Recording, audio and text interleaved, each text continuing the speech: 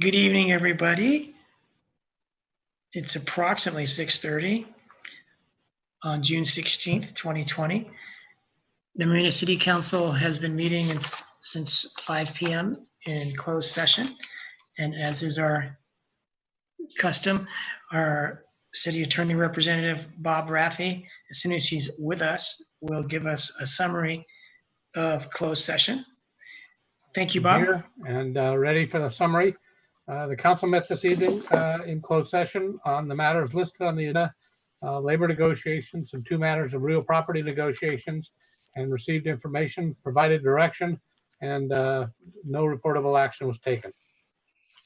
All right, thank you.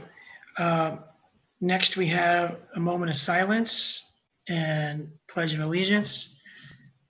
Eric Frost, would you mind leading us? You did such a good job last time.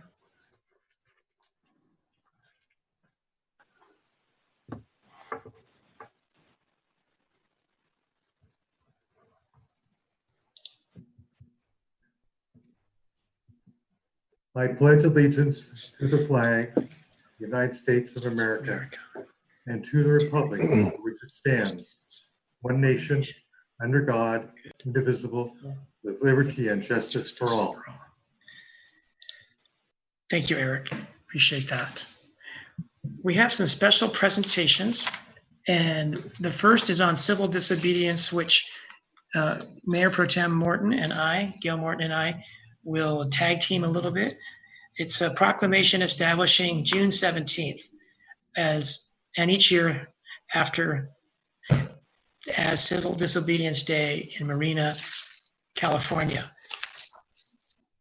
On May 25th, 2020, George Floyd lost his life, as many of us know, during an arrest in Minneapolis, Minnesota, after a police officer pressed his knee to George Floyd's neck for nearly 9 minutes, while George was face down in the street's asphalt, in handcuffs, and being restrained by multiple officers after police were called to the scene to investigate a suspected counterfeit $20 bill spent by George Floyd at a convenience store.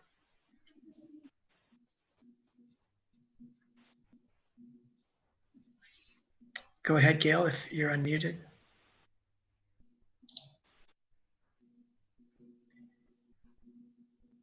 I'll read the next paragraph and then Mayor Pro Tem Gail can catch us. This despicable act, viewed by the world, has led to a series of peaceful protests by groups and individuals exercising their First Amendment rights under the United States Constitution, in addition to gatherings in countries around the world, which are all promoting peace and justice. To peacefully assemble, exercise our freedom of speech, and petition the government for redress of grievances. These are all rights of all people in the United States. Go ahead, Gail. I'm sorry, I'm in all rights of people in the United States.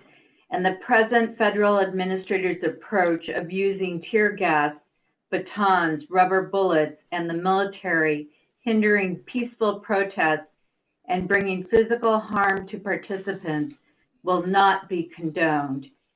And throughout the United States, people are outraged by racism towards people of color and the resulting violent criminal acts on those who assemble to protest racism. And the tragic and senseless killing of Mr. Floyd is sobering on its own. However, the circumstances surrounding his death are made even more urgent by the historical context of state-sponsored violence, racism, and systematic injustice that has been directed at people of color for hundreds of years throughout the United States. The wrongful deaths of George Floyd, Michael Brown, Oscar Grant, and many other persons of color, caused by persons who are sworn to serve and protect, is evidence of racism by some people of authority. Prejudice against people of color is not limited to some who are to serve and protect but remains the unjustified harmful attitude of many Americans. While peacefully protesting racism, participants at Lafayette Square in Washington, D.C., and cities throughout the United States were subjected to violence by other persons who are also to serve and protect. And all well-meaning persons abhor the disruption of peaceful protest by violence of any type, including but not limited to physical harm, arson, and looting. The citizens of the United States of America will continue to exercise their rights of civil disobedience, which we saw last week in the City of Marina, which promote justice, decency, and respect toward all peoples. It is only by continuing to listen to the concerns of community members that leaders and activists that can move us forward and better address the feelings of frustration and the pervasive system of inequality that has led to the persistence of racism and racial injustice in the United States. And Gail, if you'd like to finish, that would be great. Whereas it is of vital importance to the City of Marina as well as to our nation that the essential right to engage in civil disobedience and to petition for the redress of grievances be recognized on June 17th, 2020, and on the same date of every year hereafter as a human right which would be guaranteed to all people.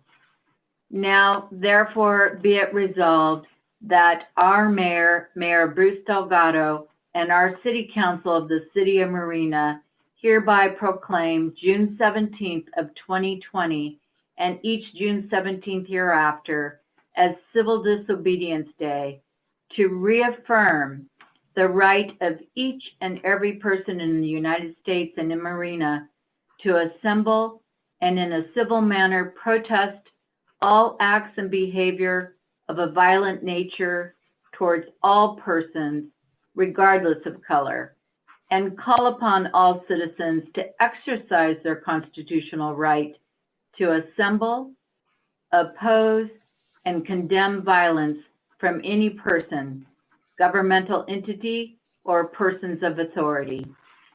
Thank you. Thank you, Gail, for joining in the sharing of that proclamation. And it's my hope that we all do our part to implement its spirit. Our next proclamation is equally important, and our Councilwoman Lisa Berkeley would like to present that to us. Thank you, Lisa. So I'm excited just to read this proclamation because as somebody who identifies as cisgender, pansexual, I am excited to see where we've come as a society. And I remember the day that Ellen DeGeneres came out publicly, and what was it, in 1997, and what a transformation she made in the world. And so I hope that as a community, we'll continue to be able to foster just the acceptance of love and allowing people to love whomever we choose to love. And so with great pleasure, I will read this proclamation. So, whereas the City of Marina has a diverse lesbian, gay, bisexual, transgender, and queer community, and is committed to celebrating and supporting visibility, dignity, and equity for all people in the community, whereas many of the residents within the City of Marina that contribute to the enrichment of our city are a part of the lesbian, gay, bisexual, and transgender community, and whereas the City of Marina has a long and proud history of inclusion and civil rights, whereas the City of Marina commends the bravery and courage of all those in the LGBTQ plus community that face adversity and various forms of violence, whereas the Supreme Court decision guaranteed marriage equality in all 50 states was a historic victory for the LGBTQ community. Our community still has far to go with respect of the equitable treatment of the LGBTQ community. Whereas continued opposition and oppression against LGBTQ peoples make it important for cities to stand up and show solidarity and support for our LGBTQ residents and the community at large. Whereas several cities across the United States recognize and celebrate June as LGBTQ Pride Month, June has become a symbolic month in which the LGBTQ community and allies come together in various celebrations of pride. And now, therefore, the City Council of the City of Marina does hereby declare the month of June as Lesbian, Gay, Bisexual, Transgender, and Queer Pride Month, symbolizing the city's celebration of diversity and support for the lesbian, gay, bisexual, transgender, and queer community. Dated this day, the 16th of June, 2020. Signed, our Mayor, Mayor Bruce Delgado. Thank you. Thank you very much, Gail. And I'm very happy that all of our city council and all of our staff support us in this regard. All right, so we move next to recreation announcements. Evening, Mr. Mayor. Can you hear me? Yes, good evening, Terry. Matt, go ahead. Good evening, Mr. Mayor, members of the council, and those that are listening. These are your recreation announcements for this evening. The first of those is, again, our food resource flyer with the distribution calendar and all the events for food distribution that are going on in Marina Monday through Sunday. So that flyer is up on your screen now, and it was the mailer that was sent to your resident. There are a couple updates, and we'll grab those as we go on to the next flyers. Go ahead, Matt. This is our virtual Junior Giants program. The summer season week 1 goes June 8th through June 29th, and week 2, July 6th through July 27th. As you know, our Junior Giants program this year is virtual, and so we're excited to bring that to our community and encourage all of our Junior Giants to hop on board virtually for the Junior Giant season. Next, Matt. The summer feeding program from the MPUSD. So we have 2 sites for the summer feeding program. Grab and Go is what we call it. Those 2 sites in Marina are at Marina Vista Elementary and at Los Arbos Middle School.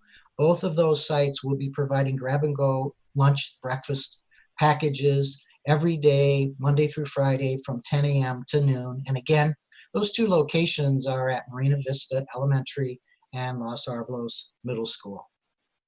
Next. Don't forget our summer program. The Monterey County Free Libraries is the summer reading program. Wednesdays at 11, Thursdays at 2, June 10th through July 23rd. And don't forget lunch at the library. And lunch at the library is Thursdays. So that's our excellent program brought to us by our friends of the library. Great Plates delivery program for our seniors. So this is another food distribution program in cooperation with the county and our friends at Denny's. And you can see the information in seniors if you qualify, and you can see some of the basic qualifications and the contact number and the number for online to submit for qualification. And this is the Great Plates program. Go ahead, Matt. Again, taking time to breathe. This is our mental health program for our current young people.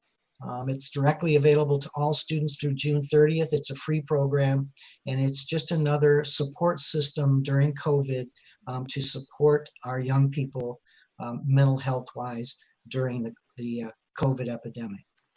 Go ahead, Matt. The half marathon youth fitness challenge. This will go on through the summer. This is the registration form and the information.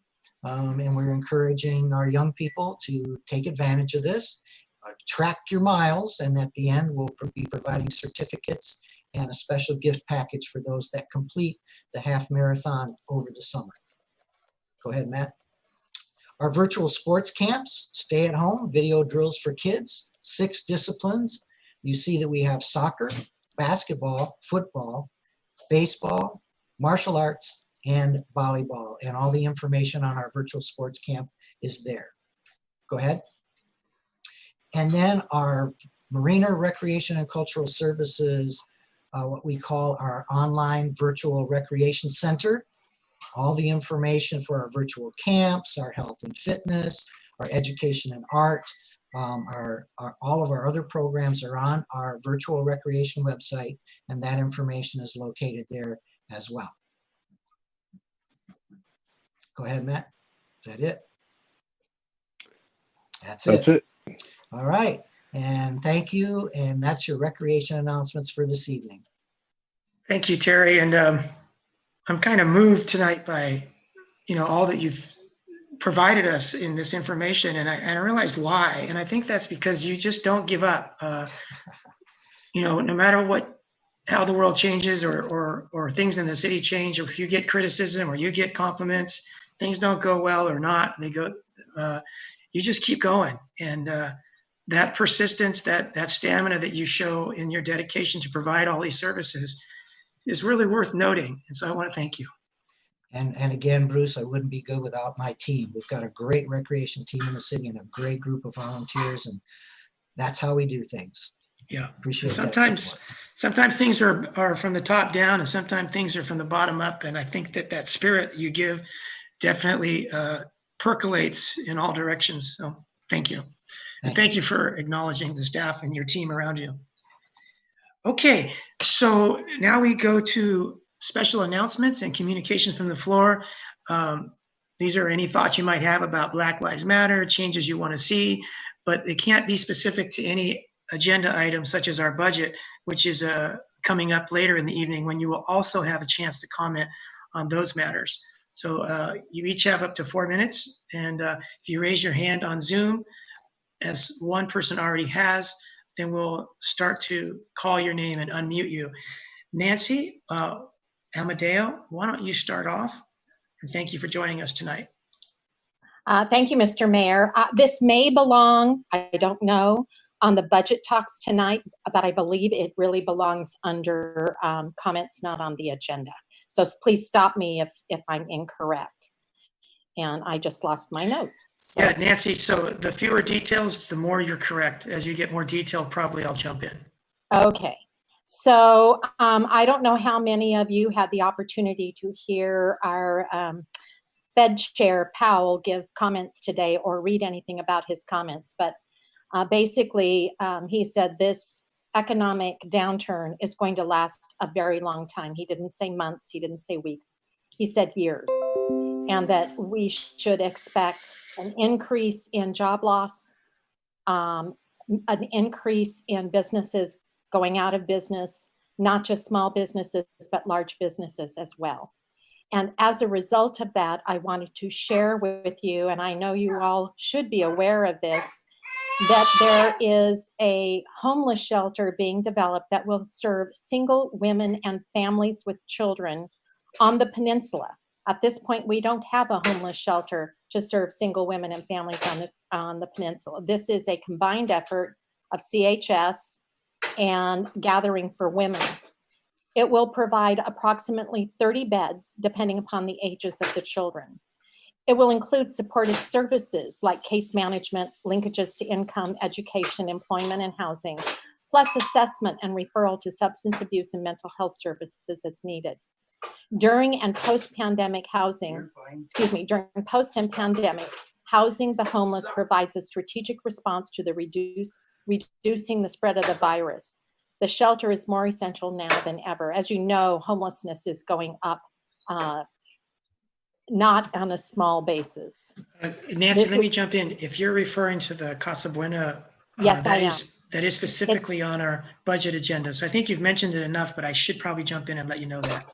Okay, then I will continue this when you get to the budget. All right. Thank you for your understanding, Nancy. Thank you. All right. Nathaniel Sawyer. Good evening, everyone. I'm going to talk about a discussion on George Floyd's murder and local protests. The local protest was to give Marina the opportunity to show solidarity with Black communities across the country. I was very pleased to see the way Marina and the way local leadership showed their support. Specifically, our mayor, Bruce Delgado, Christina Medina, who's running for City Council, and other leaderships that were there. And Tina Nieto, we can't forget our chief, who was amazing and spoke very well of her department. The best solution for Marina specifically is to maintain the open-mindedness and willingness to listen. things they have already shown, as well as distantly structural racism. Structural racism is in every city and state, and no one is more equipped than local government. First, we need a Marina Community Board of trusted community leaders to help oversee police.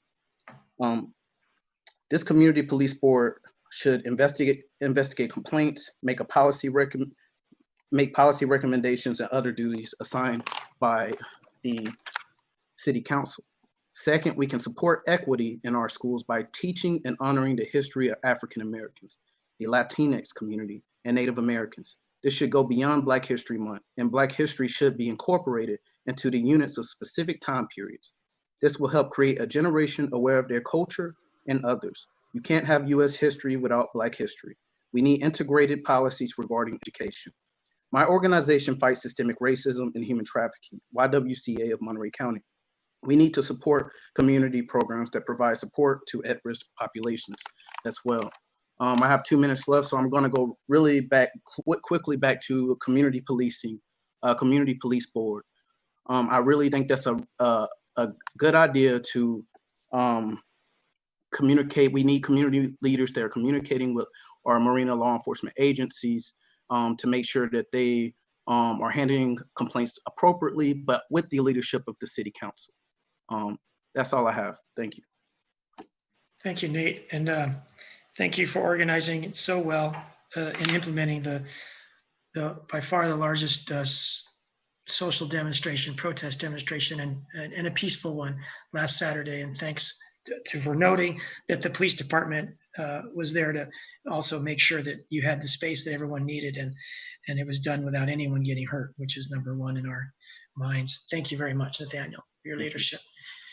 All right, yeah, let's go to Dominique Wade, and then Mike Kennedy, Carissa Mann, and then we'll go to some others. Go ahead, Dominique. And before you get started, Dominique, I want to ask our assistant city manager to mute everybody, because we're starting to hear, we have heard some background noise, and I'm not sure if everyone's muted. So Matt, can you mute everyone, and then we'll unmute each public speaker as they come up?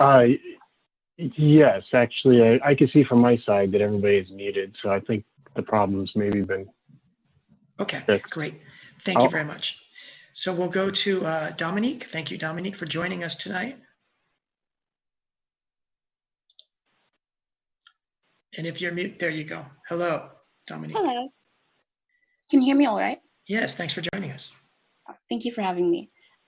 So I recently had an idea this morning, so I haven't been able to do a lot of research on the topic, but I had an idea for a community bookshelf and like a community book club to discuss the things that are on the shelf. So like there's like a lot of reading lists that pertain to like Black Lives Matter and like really understanding the issues that we're seeing today and how the history has affected our current reality. And I was thinking at first, like it would be a good place to kind of acquire resources for our community to freely borrow from that they might not otherwise have access to, given like how a lot of stores are selling out of these books that are on the book, the book lists. So I was thinking like compiling book lists for like every race, every age, so everyone can get like an understanding based on their own reality on the situation, so they can more readily understand how what they can do will help like further our community as a whole. And further beyond that, I was thinking that it's like free diversified education for all. So like scholarly papers, art books, you know, like how-tos, garden books would be available to the community. It would expand our cultural knowledge, like not just with this one specific issue, but like ancient Chinese history, like histories of our native communities would be something interesting to add as well. And having the book club offers a opportunity for structured conversation surrounding Black Lives Matter and other further topics. and it has immediate and long-term benefits. I have noticed that the Friends of the Library has kind of the structure in place to facilitate this, but doesn't really have like ease of search. Kind of difficult to see exactly what I want it to do. Like it doesn't exactly fit the idea that I had, but it's close. So I'm not entirely sure how a city might be able to implement this in a way that's easier to navigate. But I was thinking that it could be done with like the community rec services. Like I'm forgetting his name, but he gave the presentation before this open session. So it seems like something that they might be able to facilitate and add to their events. And that is my comment. Thank you. Thank you, Dominique, and please hang on to that idea until it's implemented. It sounds like a great idea, and stay talking with all of us at City Hall and the Friends of the Marina Library and the Marina Library itself. So don't give up on this, but we're going to go on now to and thank you for joining us. We're going to go on now to Mike.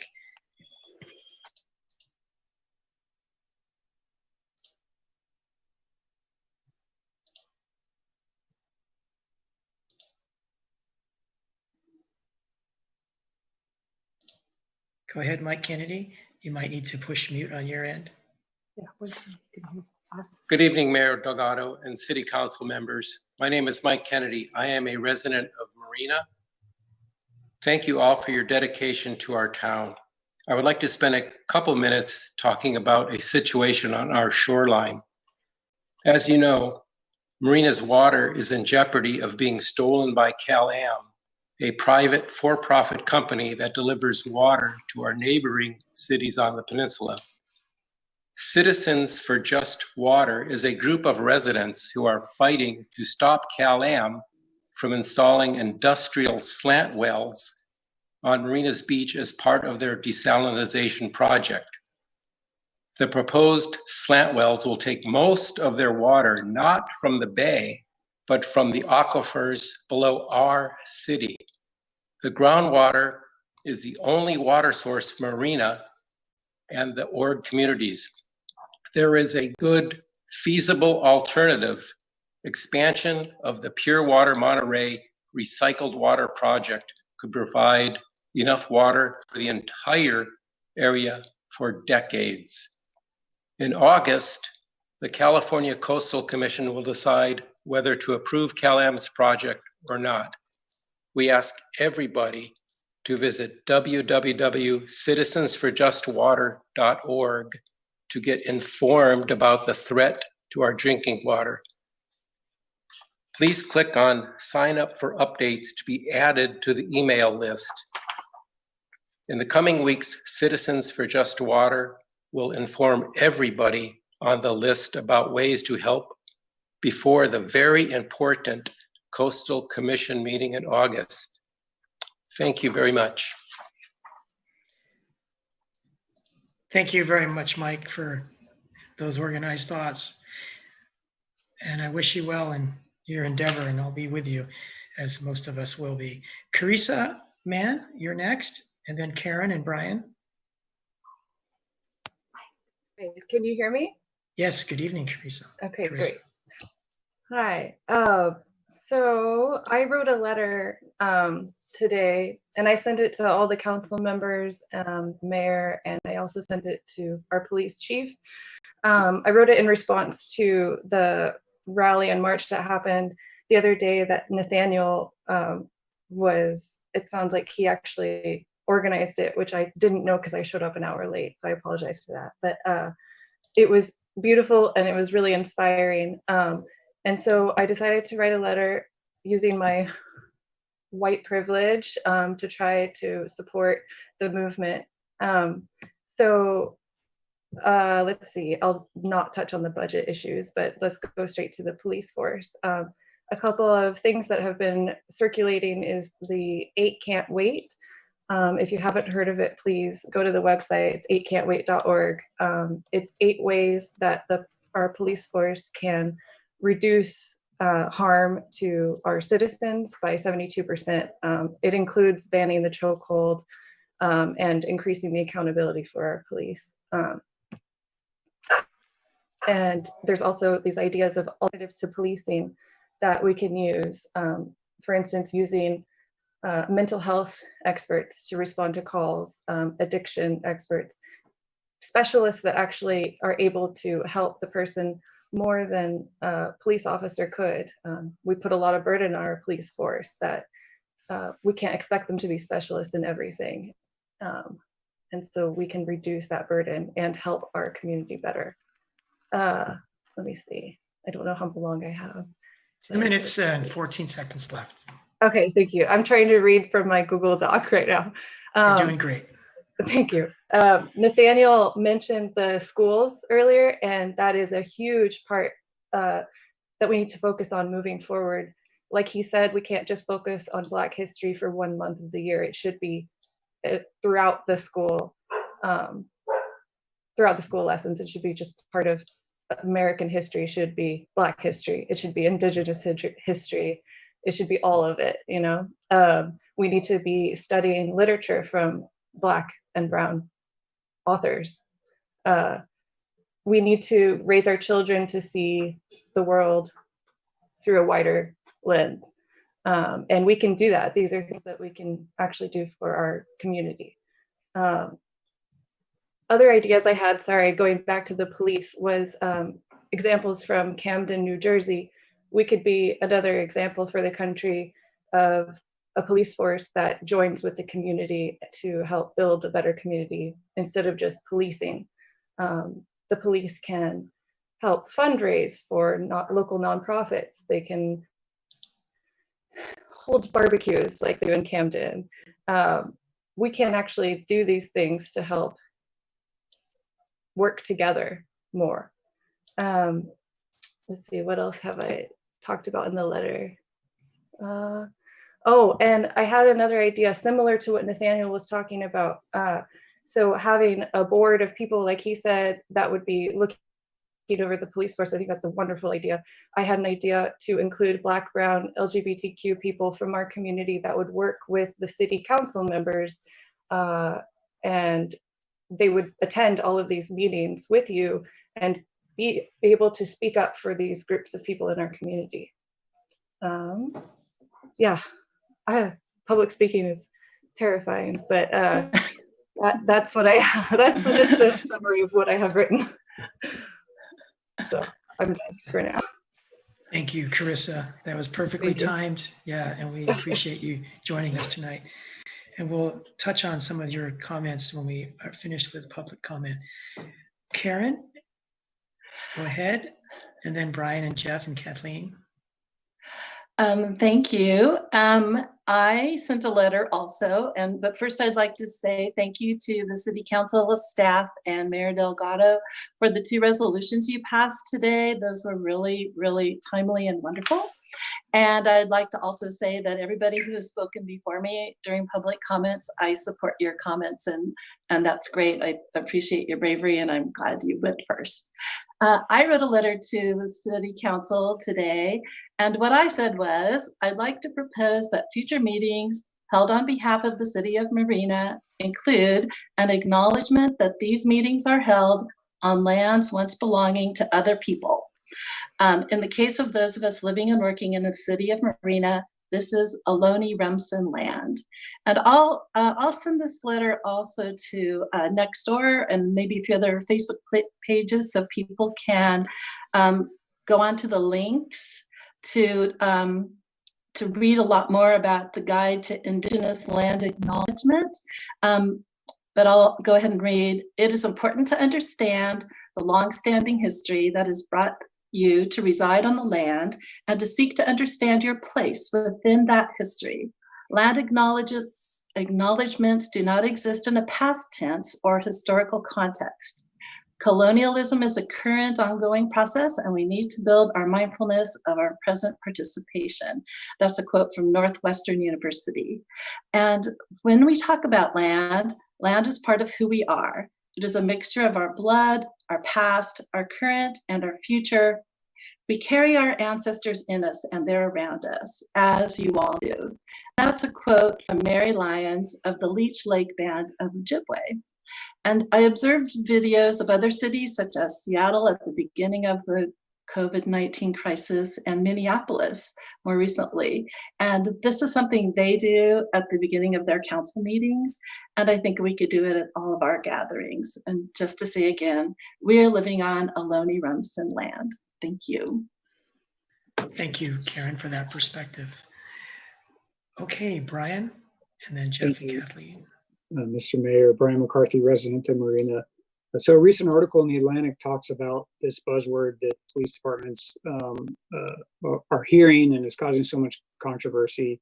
And I want to speak to an alternative word that's also mentioned in the article, and that is unbundling of our police department, or of police departments. So the unbundle frame really has drawn a lot of ridicule and praise from reform communities online. Some say it's confusing, meaningless sloganeering, but the proposal forces law enforcement critics to be literal and very exacting about the disentanglements that are coming in our future. So Mr. Sawyer mentioned community police boards, and as you know, I've spoken to you about this topic a couple of times over the last year or two. And for me, to no longer be the sole person publicly speaking before you on this topic is really exciting, because in the end, we as citizens need to care enough to be active and exact in our asks. We need to come together in ways that attempt to unify the voice of the community.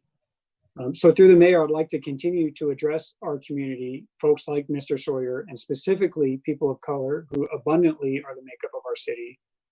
As a city, we need to hear your voice and see your presence in these discussions. This is one reason I have supported and vocalized to the City Council the need for more discussions and perhaps the possibility of creating a citizen ad hoc group to discuss potential ideas, including citizen police boards. And then finally, as I mentioned earlier, I want to be a little more exacting in the solutions that I would like to discuss. For one, I want and have been advocating for years for more transparency in what the police force actually does today. How can we talk about what we want if we really don't know what currently is being done? Calls for service information on every single call the police responds to should be available to the public in an easily digestible format. I also support things like a reimagined neighborhood watch program. I was really saddened a while back walking the streets of Marina to see a dilapidated neighborhood watch street sign that looked like it had been neglected for decades. It almost seemed to exactly represent what has become of some of these community programs. We need to ensure more minorities are involved and are leaders of these programs in the future. I could really go on with more thoughts, but I think it starts with some kind of ad hoc group that discusses these issues, not in this forum, but in a forum of citizens. And I hope that that happens in our future. Thank you, Mr. Mayor. Thank you very much, Brian, for being the leader you are. Jeff, and then Kathleen. Hello, Jeff. Hello, Mr. Mayor and everybody. I apologize. I have some technical difficulties with my laptop, so I'm using my phone. So I'm not sure if that affects the video. I'm limited in what I can see. But I wanted to bring up tonight and propose the idea of a new city park. It's been, I don't know, over 20 years since we've had a new city park, not to include the ones that are being built out there in the Sea Haven and Dunes area. But I think we're overdue for a new city park. It'll be, parks are unifying locations, and they're great venues to bring people together. My idea for this park would include a dog park. The location I have in mind is on Lake Court. If you guys are unfamiliar with that, it's down close to the beach at the end of Lake Drive on the west side of Highway 1. It's in an area right now that's owned by the city, where the city corporation yard is and the animal shelter. But I have a vision down there for a dog park, as well as a nature walk with native plants, Monterey cypress, coastal oaks, Monterey pine, and some redwood trees. I mean, the the park could maybe start off that way and maybe evolve to something else down the line, down the road. But I think it'd be an excellent location for a park. A lot of people seem to be walking their dogs down that way. It would give people an area to congregate and walk with their dogs, and hopefully be able to be a little bit more responsible about picking up after their pets. There are currently no parks in that entire neighborhood. So this would not only benefit the entire population of the city, but it will directly, extremely benefit all of those living west of Del Monte Boulevard and south of the Duck Pond. So I have some ideas in mind. I won't get into all the details of them, but I'd like to propose that we move forward on such a project. I think right now would be a great time for us to all come together on a project like this. It'd be a really great unifying force for the city and help heal some of the possible division that we're experiencing. So thank you for your time. You know, I'd love to include, could create some drawings of what I'm envisioning in my head.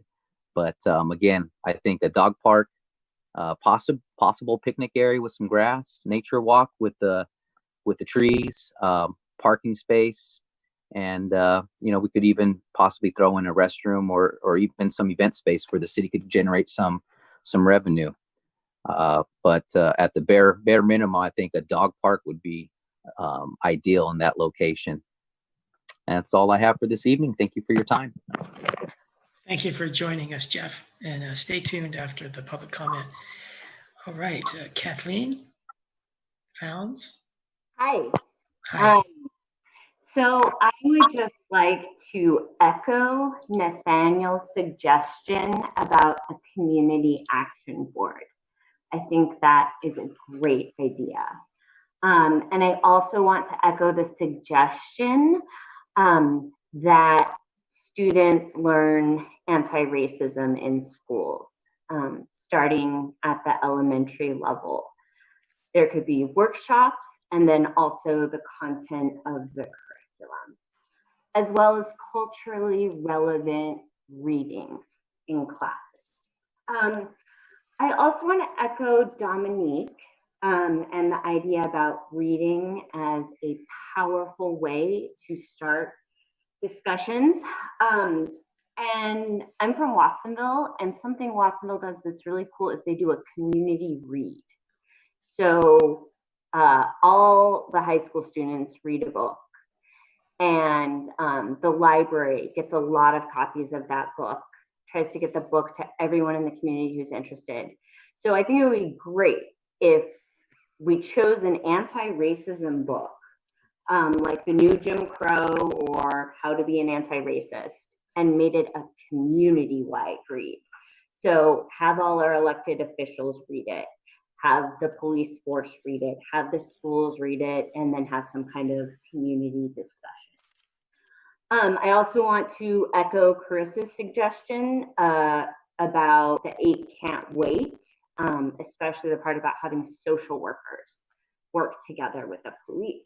I also want to support Mike Kennedy's point about Cal-Am, and I also want to tie that in to issues of racial justice, because the Cal-Am water issue is also a racial justice issue, because people of color would be negatively affected if Cal-Am goes through. Yeah, and I just also wanted to bring up what steps could we take as a community to see that Marina is reflected in elected leaders. And we might want to ask ourselves, like, why haven't we seen, you know, on the city council or the school board, more of a reflection of the diversity of the Marina community? So I think that's something good for us all to reflect on. And thank you very much. And I'm so glad we're addressing this. And I really appreciate the the statements the city council made at the beginning. And I'm really proud of us as a community for how we are responding. Thank you.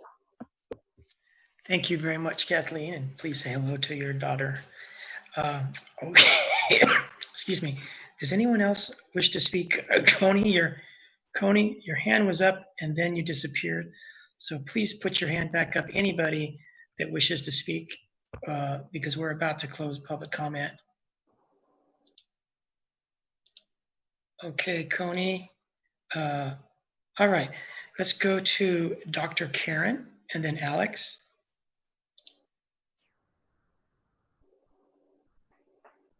Hi, am I on?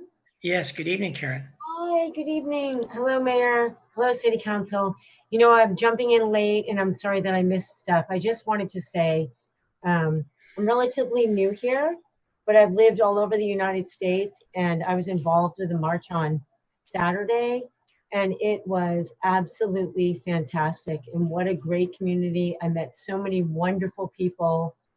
And I won't take my 4 minutes. I just want to say that I'm excited about the future in Marina and engaging the community.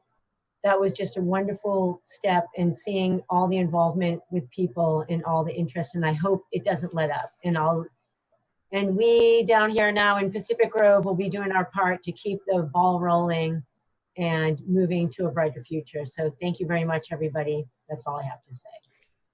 Thank you, Karen, and for bringing Ellie, the mule or the pony, sorry. No, she's not a mule. Thank you for bringing Ellie, the pony, to the march. Of course, she was a great leader. Thank you. Thank you. Okay, Alex? Yes. Hello? Yes, good evening, Alex. Thanks for joining us. Thank you, Mayor Delgado. I just wanted to reiterate a lot of what people had said. I know that there were a lot of great ideas regarding community oversight and ensuring that we can not just be a community that is diverse, but is a community that is actively anti-racist. There's no one easy solution to any of that, obviously. Having community oversight is a first step. I definitely do concur with all of the ideas regarding integrating more social work into policing, changing the nature of it so that oftentimes, you know, when nonviolent offenses in this community happen, that our first response is to not just send police with the intent of, you know, arresting folks, but just my hopes in expressing it here is just that this, you know, leadership of this community really just doesn't let this be a passing fad, that this isn't just going to end through the summer, and that they will be aware of other reforms happening in communities across the country and will actively learn from them and find the ways in which we could best improve the lives of the folks of this community, you know, on a long-term basis. So thank you very much for having me. Thank you, Alex, for serving as the student president of Marina High School. And it's wonderful always to get your input. Take care. Okay, we move to LX. Go ahead, LX.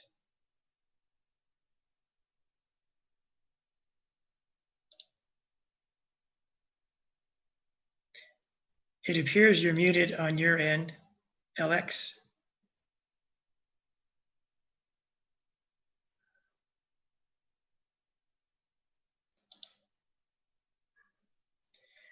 Okay. Alex Vasquez, I know you're there, but you're muted on your end, I believe.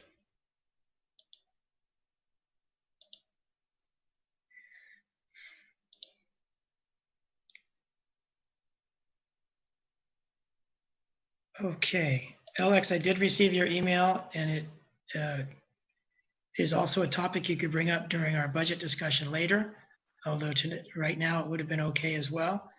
But I'm going to have to move on because everybody needs to get to the next items on our agenda, Alex, and it just looks like you're not able to mute yourself. I know it can be challenging. There you go. Hello, Alex. Are we there? Yes. Good evening. Thank you so much. Hi, everybody. Hope you're all well, healthy, and wise. I'm coming forward to bring a proposal, and so many great things that have happened in this state. And you may remember me. I used to go around and shoot a lot of events and things like that. Excuse me, Alex, you're a little bit hard to hear. You're cutting out a little bit, so do everything you can to be clear, but please proceed, and thanks for being patient. Okay. Let me turn this up a little bit. I'm so sorry. Is that any better? Yes, you're louder, and that's better. Thank you. So I want to bring a proposal to get out there with the and produce up to a half-hour program, weekly, bi-weekly, monthly, whatever, and that would represent Marina in motion, city's vision and opportunities for the general public during this challenging time in our community. Addressing BLM, the BLM, and what we're doing to inspire and to strive for open communication, such as interviews with our fire chief and showing us visually how are we working together so that we can have a better community. Also, interviewing business owners and their concerns, doing man and woman on the street, pastors, and their role, maybe putting out updates about development within our city and having visual updates with business and city-sponsored opportunities. You may hear about this now and again, but to visually have it video that would be available on the website, city's website, and also local AMP channel 25. Announcements of social events are happening now, and coverage if requested. So, Mayor, do I address cost at this time? Well, Alex, I think because it's so difficult to hear you, although I'm sorry. We might be able to get the gist of what you're saying, I think it would be better at another time when we could clearly hear you to hear anything more you had to say, but you still have 1 minute and 15 seconds if you'd wish to continue. Okay, let's see if I can get this. Just being a citizen of Marina since 2004, wanting the very best for our future, thought about this proposal for some time. I feel this is the right time for unity and direction for a peaceful and thriving city. So I propose a 1-month trial period, produce a 1-minute to 30-minute episode. Total cost $25, based on a $75 an hour rate. And we look at contract basis.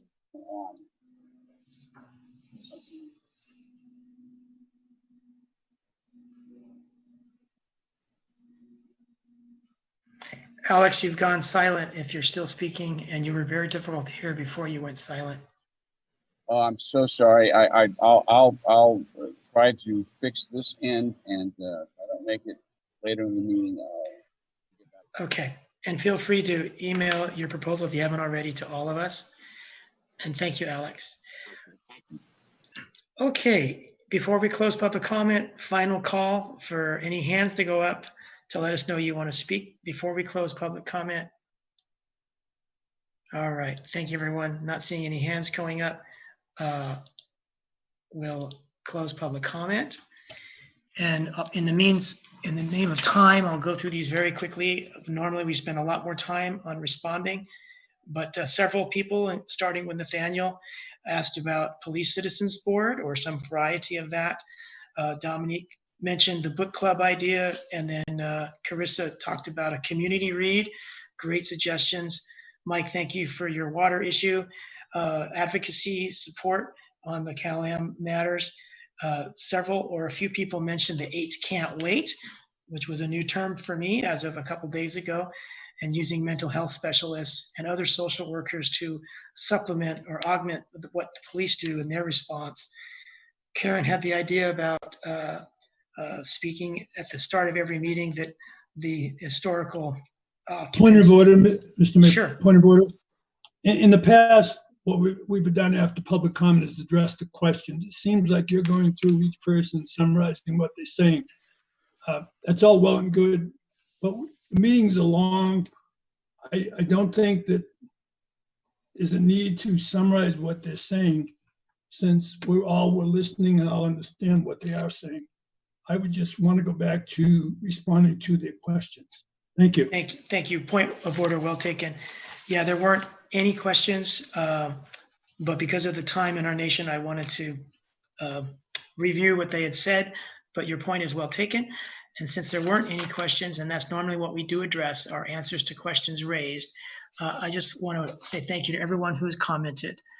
And please continue engaging with our city on these matters of good interest that you've brought to our attention. All right, so we'll move now to the consent agenda. A package of items not thought not to be controversial. Does any member of the public go ahead and raise your hand if you're in the public and you have any brief questions or comments on anything on our consent agenda? Mr. Mayor. So while Lisa connects, hold on one second. Okay. Are we doing any council member comments? Thank you very much, Lisa. Lisa, there's some feedback. I don't know if it's on your end. But yes, thank you. I got ahead of myself. We move to announcements by city council members. And Lisa, would you like to begin?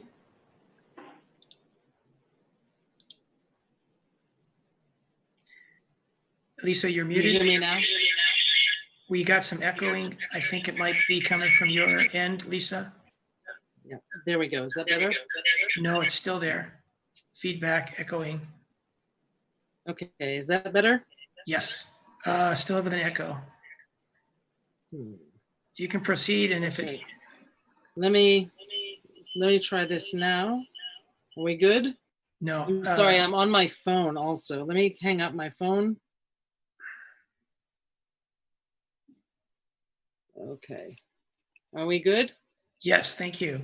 Okay, terrific. Thank you. So there's a couple of things. First, I'm very sorry that I had missed the march. I heard amazing things about it, about speakers. And so on a separate area, we've been talking, as some of you may recall, I gave a presentation a while ago about the Compassionate Cities movement. And so we're having an open to the public first meeting of Compassionate Marina, where we'll be discussing about the values within our community, including racism through different sectors of our community. And so anybody who is interested in attending the July 1st meeting at 6 p.m. can send an email to compassionatemarina@gmail.com. And come get involved. This is thoroughly open to the public. We're just beginning our groundwork, so we'd love to have you involved. Okay. If we can, Matt, go to the next slide or next information. So this here is just a circle I wanted to put up as far as when we start talking about becoming anti-racist. This is some work that people may want to make reference to. It's based upon the work of Dr. Ibrahim Kendi's work, How to Be an Anti-Racist. And it's basically taking people through a process of the fear zone, where maybe you say, I have hard questions, or I deny racism is a problem, to moving into the learning zone, where you say, I understand my own privilege in ignoring racism, or I educate myself about race and structural racism, to then we move into growth zone. I speak out when I see racism in action, or I educate my peers on how racism harms our profession. And then ultimately to the transformational zone, where we work with education and working on how we can work together within our community and how addressing how racism harms our communities. And so this is just one example of the discussions we'll be having through Compassionate Marina. And so I really do hope you all will join. Lastly, next slide. I'm trying to run through this quickly. On this coming Friday, June 19th, we will be having the first of a three-part series addressing policing and building trust in communities of color. This will be a three-part series. The first session will be June 19th at 6 p.m. on understanding our police department. And we'll be having Chief Nieto will come and talk about use of force policy, community policing, and the transformational leadership program that the police department is going through. So that's the first session. Then the second session will be understanding the role of civilian oversight committees. And we'll have experts from NACOL, which is the National Association of Civilian Oversight of Law Enforcement, coming and speaking about, joining us on Zoom, I should say, coming and speaking about the different models of community oversight for the police department and what they would look like. And then the third meeting, which will probably be around the first week of July, we will be having, hopefully our police chief will be joining us, and again, the representative from NACOL, and we'll be coming up with a discussion and recommendations ultimately for City Council of what this would look like.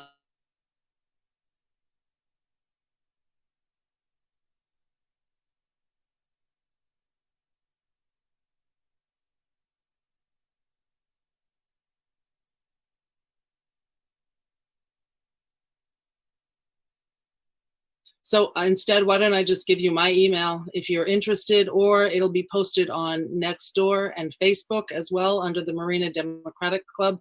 That's probably the best place to go to register. So we hope you all will join us. The more people there, the richer the conversation. And we very much look forward to seeing you on June 19th at 6 p.m. Find us on Facebook or Nextdoor, Marina Democratic Club. And that's it. Thank you.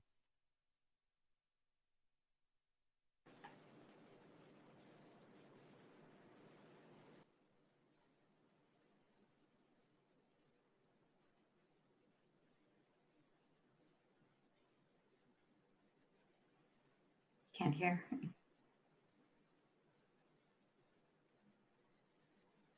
So sorry, Gail. You're totally ready to go? I was muted myself.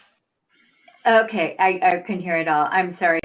So I just have the pleasure of telling you that there are 2 more Fort Ord Reuse Authority meetings. One this Friday at 1 o'clock. There's Zoom meetings.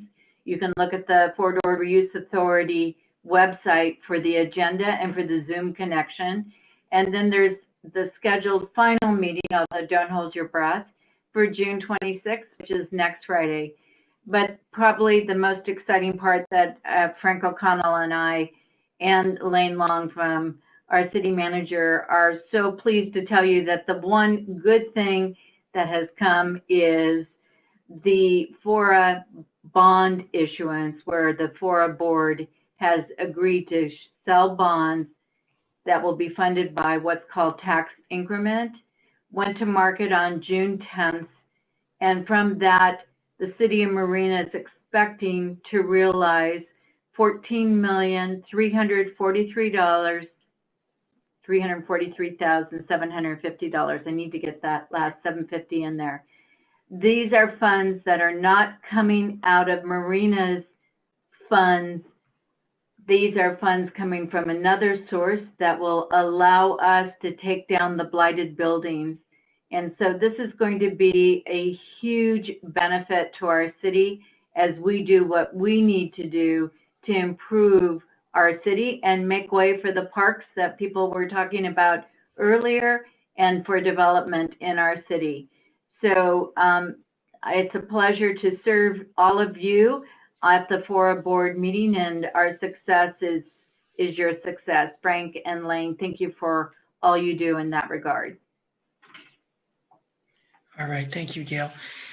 My comments, I want to launch a thank you to Nathaniel Sawyer and several other primarily African Americans and other people of color that led and spoke at a rally at Vince DiMaggio Park last Saturday.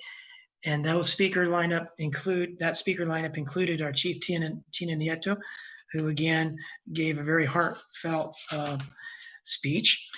And so thank you to all of those people that attended that rally, and to the police department for basically leading us through the streets, making sure we were safe, because the people were occupying the streets of Beach Road and some other small neighborhood streets, and also DeForest Road and Reservation and Del Monte Boulevard.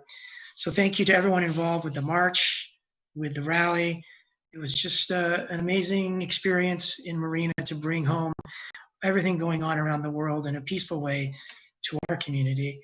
The citizens that have talked tonight in public comment about the citizen police boards, it sounds like it's a wonderful idea that's been implemented in many places over time, and the time definitely seems ripe for us to move forward on those publicly suggested ideas, such as reviving neighborhood watch and getting minority involvement, making the police calls public records, such as Brian mentioned. Thank you to the 8 can't wait ideas that people such as Kathleen and Carissa mentioned, and to Alex for suggesting that the social work is something that could be integrated. I think that's something that our city should look into, and it's consistent with everything else we heard. The dog park, I like, thank you for mentioning that, Jeff. We have plans potentially for Gloria Jean Tate Park, but your other ideas, including the dog park, might be well suited for Lake Court as well. Just let's make progress on talking about that idea. And I love the idea if City Council would not object to the future City Council meetings mentioning they were on land formerly occupied by Ohlone and Rumsen tribe members. Terry, you've done a great job with Marina Foundation, and I want to remind you, it's easy for me to remind you how much we appreciate everyone involved with the Monterey County Food Bank, because it is true that 6 days a week there is food being given out for free to many people. Today there was 4 or 5 blocks of cars lined up for over an hour waiting to get a couple boxes of food, which tells me how important your service is, providing that food. And so there are 2 days a week where there are 2 different food distributions. So there are 8 food distributions covering 6 days of the week in Marina. And it's easy for me to get used to that, but it's not easy week after week. Now we're into our 3rd month of those people that are volunteering and organizing and providing all of that organization and food. So thank you to everybody involved in the food distribution. That's the most basic service we can provide, and it's much appreciated. Okay, now I think, well, let's go to Frank O'Connell. Thank you, Frank. Councilmember O'Connell. Thank you, Mr. Mayor. I wanted to also inform the public that due to the strong efforts of Mayor Pro Tem Morton, the FORA is going to be reimbursing the city of approximately $106,000. And this is partly and mainly the result of city manager, but also Mayor Pro Tem Morton pointing out the source of the funds and securing the fact that those funds, which otherwise may not have been there, will be there. The final vote on that will be coming up this week. So I want to thank her, because I've worked with her now on the FORA board for many years, and I'm constantly impressed with the fact that she's protecting the city as much as possible. So another $106,000 certainly doesn't hurt. Thank you, Mr. Mayor.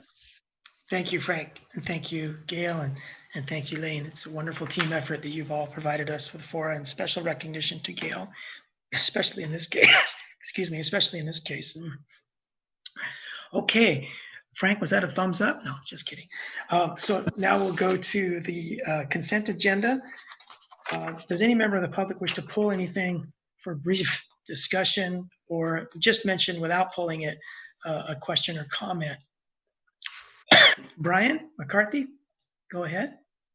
Thank you, Mr. Mayor. A couple of quick brief comments on item 8F4, the Lock Fadden CFD, if I may. Yes, please, go ahead. I just want to, confirm this has nothing to do with Lock Fadden Community Park, but rather just a neighborhood called Lock Fadden. And then I'd also ask why this doesn't go through the same 2-step process that the landscape districts go through. And then finally, I just want to acknowledge the importance of this CFD, because it is on one of our main intersections. And so I think that robust discussion should happen about this at times if the landscape isn't being kept up to par. Those are my comments. Thanks. Thank you, Brian. So regarding the Reservation Road, Del Monte Boulevard neighborhood called Lock Patton Lane or Edri de los Santos, can you talk about why it's a one-step and not a two-step like the other districts? Mr. Mayor, I'm going to pull that item. I don't know if you want to do that for later or how you want to handle it, but I was planning on pulling it. Okay. Brian, thank you, Frank.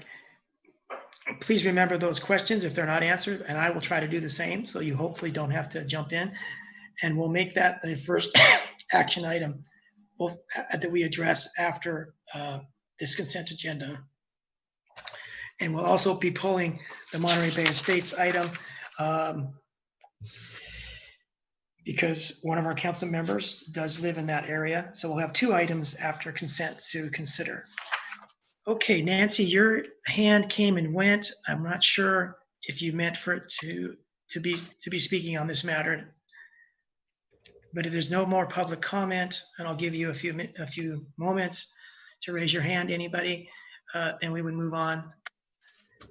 So I'll motion that we approve the consent and close public comment, but I'll motion that we approve the consent agenda minus 8F4 and the Monterey Bay Estates Landscape Assessment District item 8F3. Second.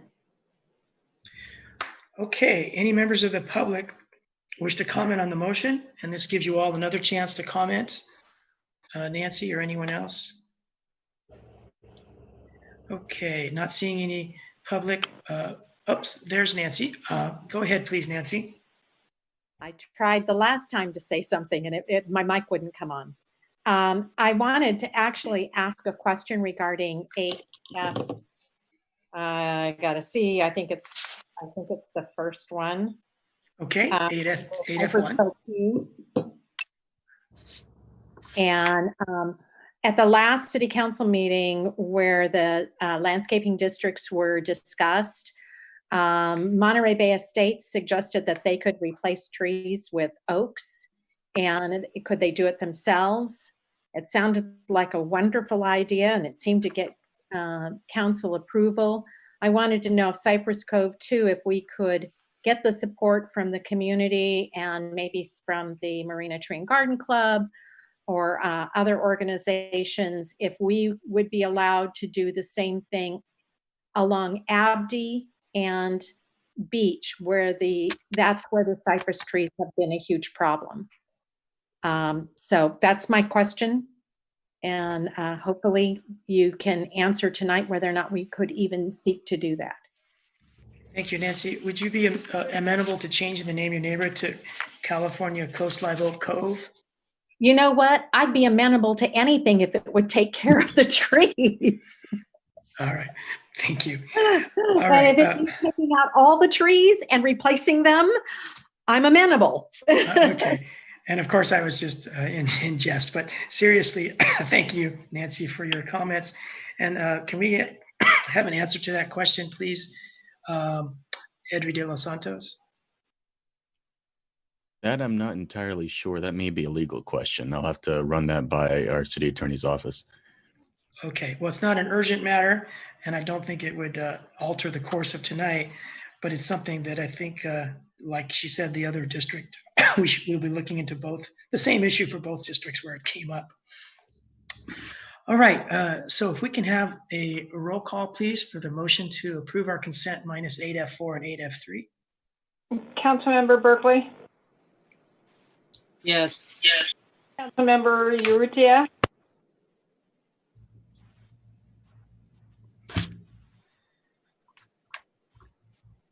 Councilmember O'Connell? Yes. Mayor Pro Tem Morton? Yes. Mayor Delgado? Yes. So did we get a vote from Councilmember Urrutia? I think he's on mute. Okay, if you're the 916, Adam, I'm trying to unmute you. Go ahead, Adam, if you're there. Yeah, I'm a yes. Okay, thank you. So that motion passes unanimously with the 5 of us present, and we'll move to 8F3, which is Monterey Bay Estates. Mayor Pro Tem Morton will take the actions that she knows that are needed because she lives in this district. And I'll motion that we approve the adoption of the resolution certifying this special assessment levy on the Monterey Bay Estates Maintenance Assessment District. Is there a second? Second. All right. Any member of the public wish to comment on this motion? Then we'll come back to Anita Shepherd-Sharp to give us a roll call vote, please. Councilmember Berkeley. Yes. Councilmember Urrutia. Yes. Councilmember O'Connell. Yes. Mayor Delgado. Yes. Thank you, everyone. That motion passes unanimously. And then we move to 8F4, the Lock Patton Community Facilities District. And Councilmember O'Connell, can you lead us off, please? Thank you very much. I just have some questions relating to the money aspect of it. I guess it would be to Edwin. On page 2 of the staff report under analysis, the third paragraph down says the cost allocation charges adopted in July 2018. I went back on the council agendas. I did not see that the council adopted it. Are you using the word adopted, meaning that the city has determined that's the amount? Yes, it was adopted in the cost allocation study, the cost of services study back in 2018. Okay, then the second sentence says staff has presented this cost figure to the city council during the last assessment process for future consideration. That's where my confusion about. 1 minute's adopted and then it's another, it's for future consideration. So are you saying that the council actually adopted the amount of $5,234.94? They approved the cost allocation study, but the cost was not applied to the district the last fiscal year because the cost is somewhere in the range of $5,000, which have been a detriment to the cost to the existing budget at that time. And you said also in that same paragraph that the district had not paid cost allocation charges in prior years. Is that a flaw of theirs, or was that something that we should have done and we just didn't do? I believe it was a catch up with the study, that the study caught up with the cost of the administration of the districts, specifically with the finance and the legal department for the city, and now we're recouping those costs. Okay, and the last sentence in that paragraph makes reference to it being extended, that $5,234.94 over a 4-year period. But if you go to Exhibit B, under 2021, you did divide it by 4 and come out with the amount of $1,309. But for fiscal year 21-22, you've doubled that amount. So are we not spreading this out over 4 years? We're spreading out the, I guess, the impact of the total annual cost of the cost allocation for the district, which is $5,000 and change.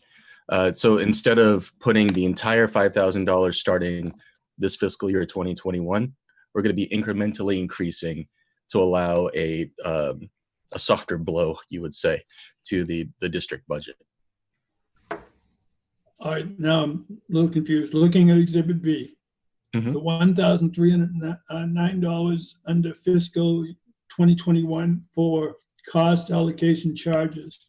And then the following year, you go up to 2,618. The 2,618, is that part of the $5,234.94, or is that additional costs? No, so we are slowly building up to the annual amount.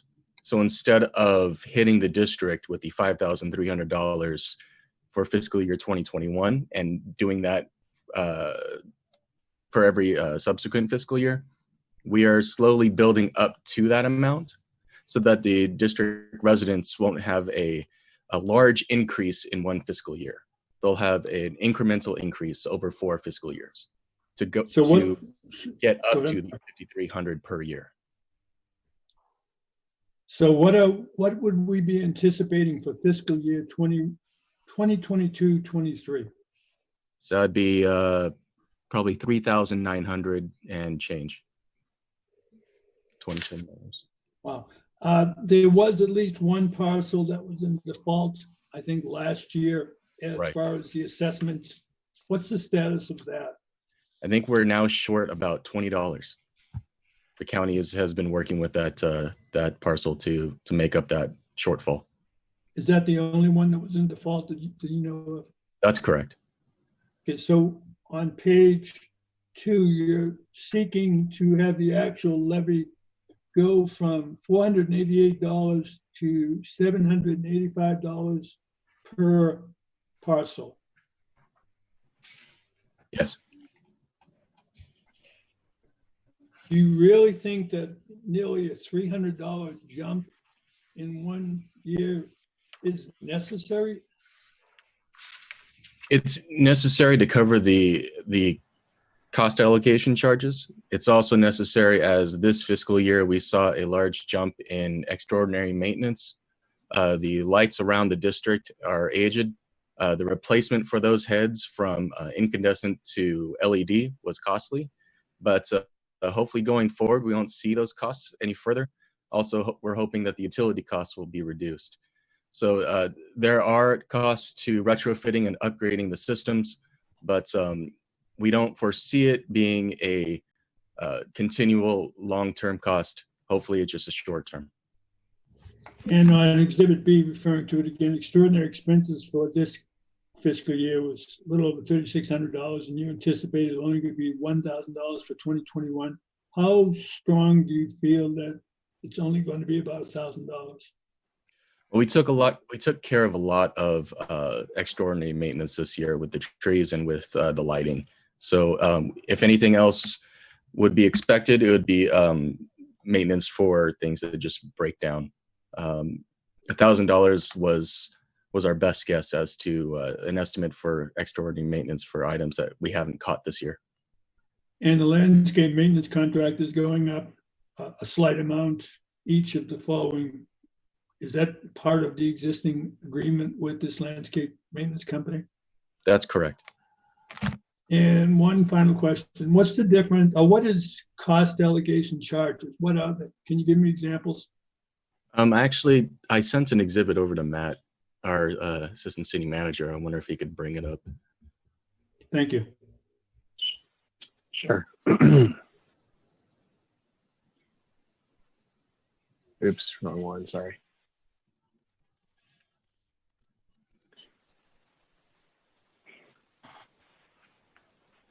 Thanks, By Matt. the way, even though this is time consuming, it's good education for all of us. Thank you, Frank and Edry and Matt. So where would you like to focus on here, the bottom or? Actually, all of it. That's the breakdown of that $5,200 or so. So that's the cost allocation breakdown. Correct. It's hard to see the details, Councilmember O'Connell, but are you satisfied that it's available should someone want the details? I can see it, and it's fine. I'm just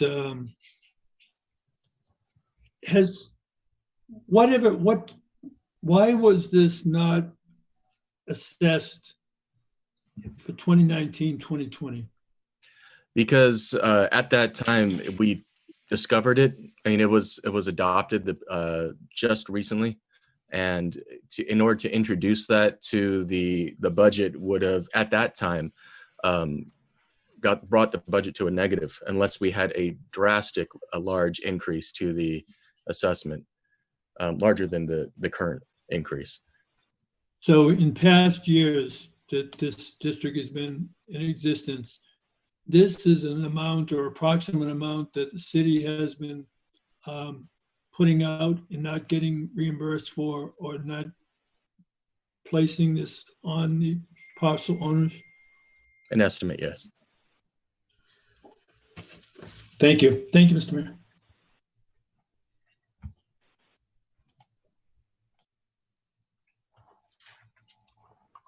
Thank you, Frank, and thank you, Edry. We have a question from Brian about why this appears to be a one step and the other landscape districts were two steps. Can you talk about the difference, Edry?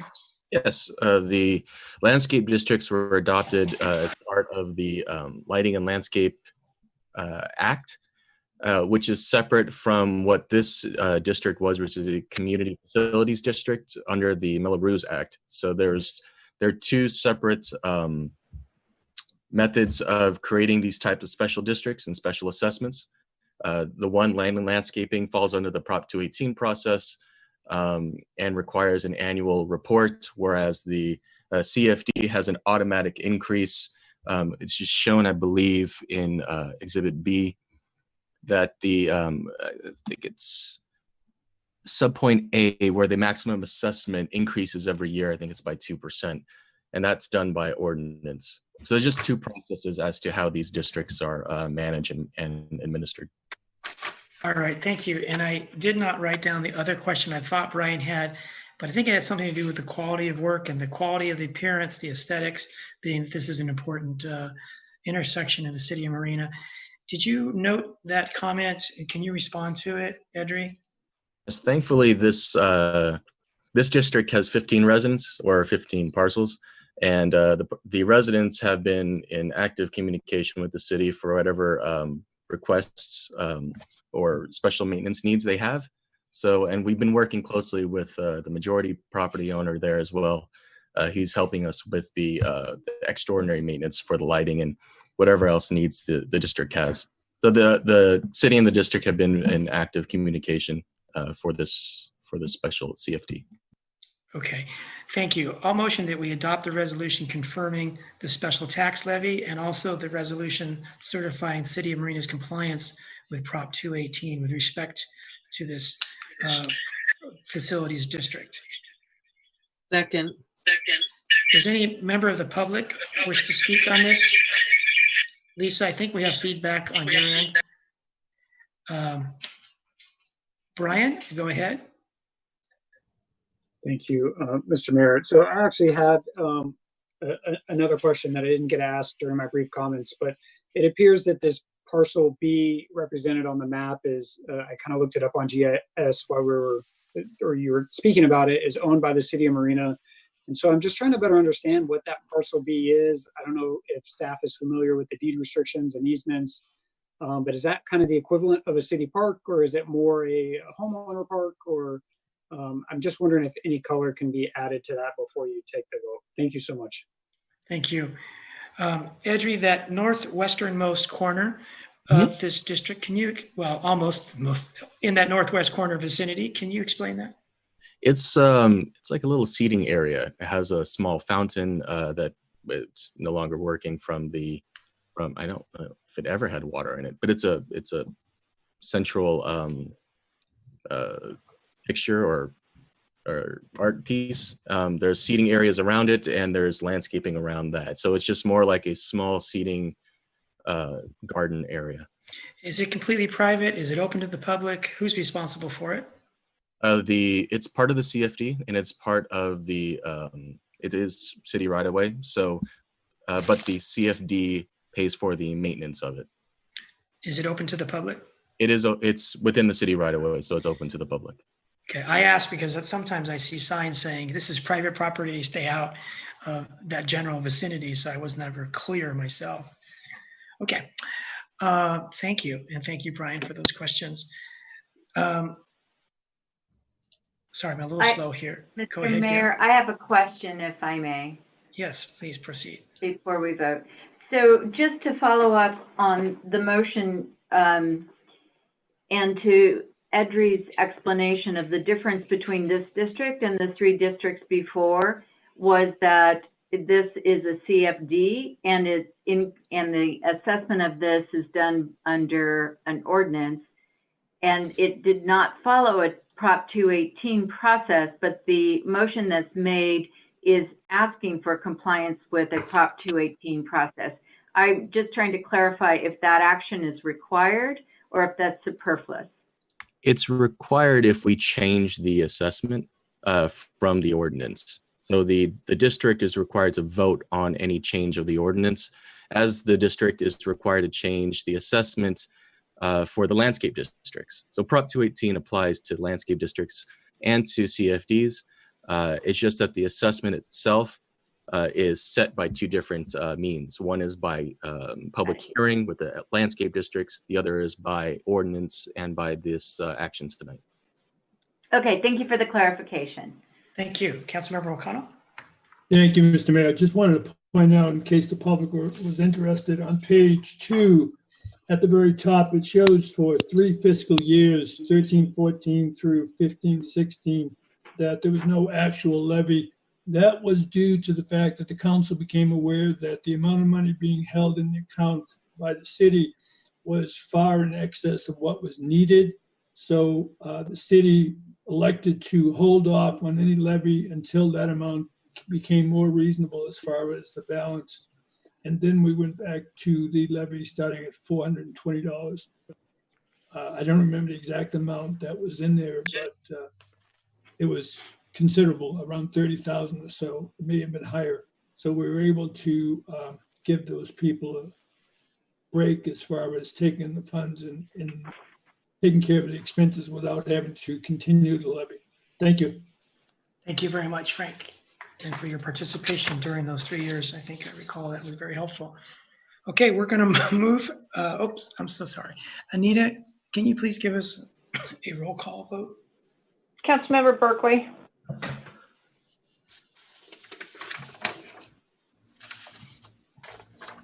Councilmember Urrutia.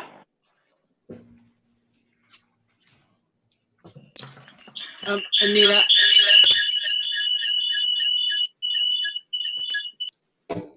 Lisa, I muted you just to save the rest of us. You can do a thumbs up or, okay. Councilmember Urrutia, same thing, thumbs up or? Go ahead, Adam. Councilmember O'Connell. We had a O'Connell yes. says yes. Thank you, Frank. O'Connell says yes. Thank you, Frank. Councilmember Morton. Yes. Mayor Delgado.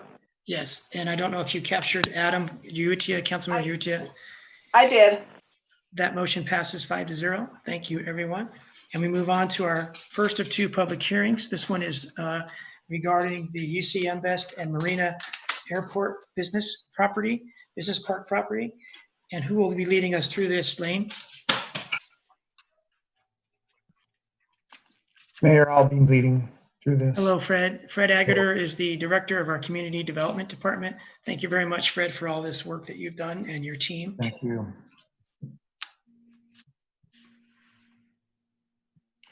Thanks, Matt. I'd like to introduce tonight, we have Frank Hazelton and Laurel Frakes from LSA, as well as Jeff Creshew, our airport manager, and representing UC Best, we have Steve Matarazzo. Just want to make sure that you're aware of their presence, and they may help us in terms of answering some of the questions. All right, and feel free, Matt, to move them over to panelists. Thank you, This Fred. project was a joint effort by University of California and the City of Marina. It's been about a decade in process. The Planning Commission reviewed this on June 11th, and the meeting prior to that was a joint meeting that some of you were involved in at the City Council and Planning Commission back in April of 2017. The next slide, please, Matt. And next slide. The plan consists of 5 parts. The first part is introduction, which includes goals, objectives, overview, and a history. The second part is looks at overall land use, and it talks about specific land uses and then development standards. So again, it addresses the use and development of the physical property. It also includes design guidelines, just so you're aware of what's in that section. The third section deals with transportation, circulation, pedestrian, bikes, cars, and public transit. Fourth, on public facilities, utilities, and community water, sewer, stormwater, and public utilities. The fifth, on administration, talks about how to implement development processes and the infrastructure and finance of the project in terms of ideas related to it. Next slide. The project's located on the eastern edge of our community. It's bordered by Imgen on the west, by Reservation Road on the south, and by Blanco on the east. And the northern border is adjacent to the airport. Next slide up, please. Here's an illustration of the two parts. So you can see the portion that's city-owned, which is the municipal airport business and industrial park, and then the portion underneath that in the blue is the UC Mbest property. Both of these properties are approximately 75 acres in size. Next slide. There's a variety of documents that were included in the development of this this plan, and I'm going to review most of them. But in 1995, there was an airport master plan that was done as this property was transferred over to the city. There were 845 acres that went from the Army to the city of Marina, and there were 970 to University of California that were to be used for a science, technology, education, and policy center. In 1996, UC Mbest did a master plan of this project, of their property, and a lot of the information included that has made its way into this plan through the years. In 97, the base reuse plan was adopted, and again, there was a consistency requirement for that, and that essentially expires on the 30th of this month.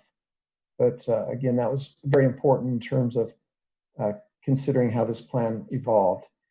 In the year 2000, there was an airport ordinance and specific plan design guidelines for the airport property. And that included essentially 3 airport zones that were identified on the airport property, and that's what we have in place today. Not primarily, that's what we're using today in terms of zoning, looking at this area. Next slide, please. In 2000, the city adopted the master plan, or excuse me, the general plan that looked at the physical development policies for the city for direction of all land in the city. But again, it was important in terms of identifying what would happen on the airport property as well. The next item that you look at is the FORA Regional Urban Design Guidelines in 2016. And some of you were involved in the development of those. Those provided some important understanding in terms of how things would look and how we would landscape the land that had been under FORA that's a part of our city of Marina. And those again were considerations in development of this plan. In 2018, the city's airport master plan was updated, and that had been updated about 10 years earlier. Typically, airport master plan, you see a time period of those that don't include a lot of change, a period of kind of like 7 to 10 years. Those that are changing a lot of times, you'll see a 5 to 7 year period in terms of the turnover. So again, it reflected a 10-year period in terms of since the prior one. And then there was finally the Marina Municipal Airport Comprehensive Land Use Plan in 2019 that was done in connection with the county agency dealing with airports. Those 2 plans, the updated 2018 and 19, really the focus of those is primarily the airport itself, the runway. A lot of them focus on that, despite the fact they're very thick documents. That's really what the primary focus is as you look at them, and there were not a lot of change. There weren't changes in terms of the portions that were included in the specific plan that we're considering tonight. Next slide. Here you have the land use concept laid out for you. What you can see again is that the portion that is the city of Marina is primarily included in the business park, business aviation park. The purple is for the portion adjacent to the airport, which is the aviation portion, and the light blue is the business park portion. As you look around, you also see some green areas that are illustrating open space within the overall park system. And then finally, as you move to the UCN best properties, you see business research and development. And you see the commercial mixed use, which was approximately 19 acres. The commercial mixed use is the lighter red, I guess you'd say, and then the other portion is the research and development portion. As you see this, you can also see there's a dotted line running through the property. This is illustrating the concept of a road that will connect to the north. Again, it's a concept. It's not saying this is exactly where the road will be, but one of the areas of concern in terms of developing the city portion was providing options for how the property might develop, especially if you have a major land use owner and in terms of that property, you want to make sure that you have that option available, but it's absolutely essential that there be a road to the north portion of the airport that comes through this property. And so again, that's why that has been included in this illustration. The next slide talks about in the land use table. The land use table includes permitted and conditionally permitted uses. It also includes a unique concept for the airport portion, the city portion of research and development overlay area. This is, as I mentioned, specific to that the city property, and it includes a wider range of uses than you see in some of the others. And the reason for this is that any use that will take place within the city's portion, because it's leased property, will be something that will come before the Planning Commission, and the council will see it as well because of the fact that it is leased property. So again, there's some wider uses and some different opportunities that you see here than you do in the property that's associated with UCM Best. Next slide, please.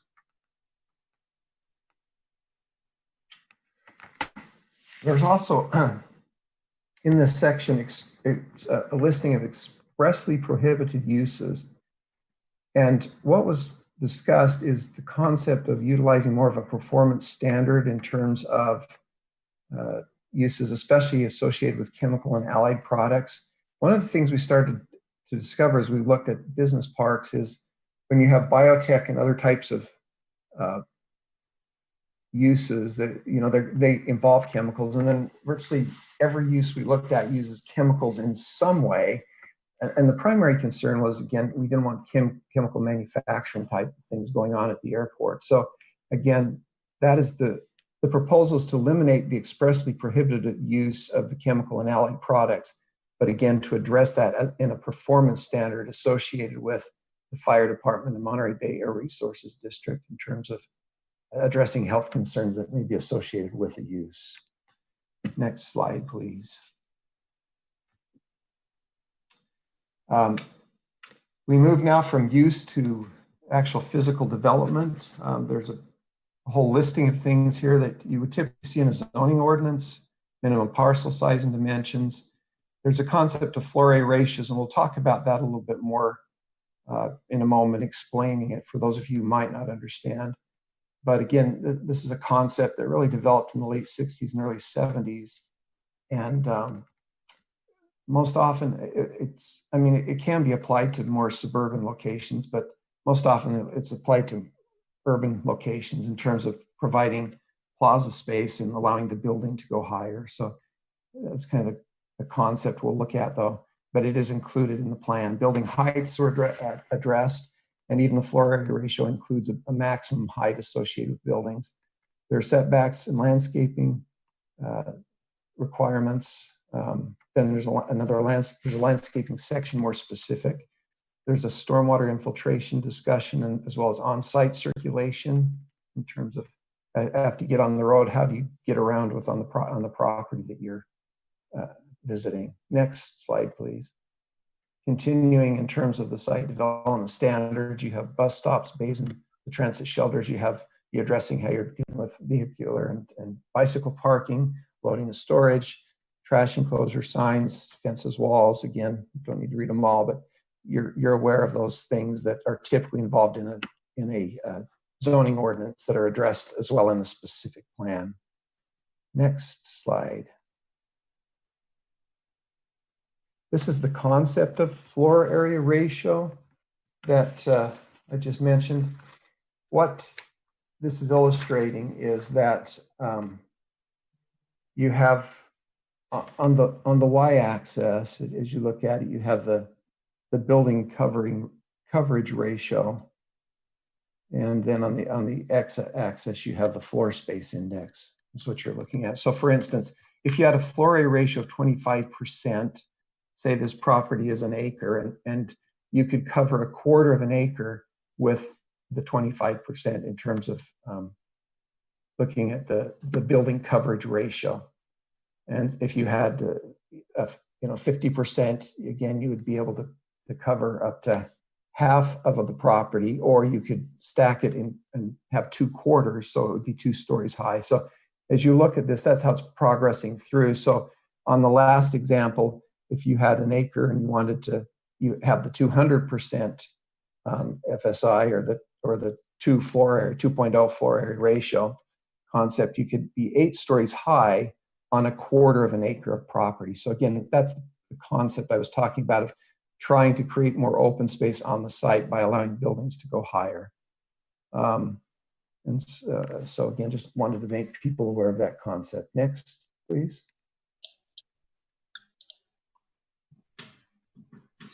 Their design guidelines, talking about general concepts for individual sites, and then talking about design of buildings, and then also with the landscape in terms of what happens in the right-of-way and the public space, and then the on-site development.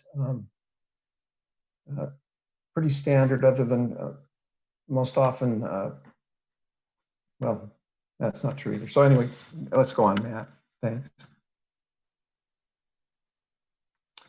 One of the things that happened in the meeting in 2017 was a discussion of trying to have more native plant material.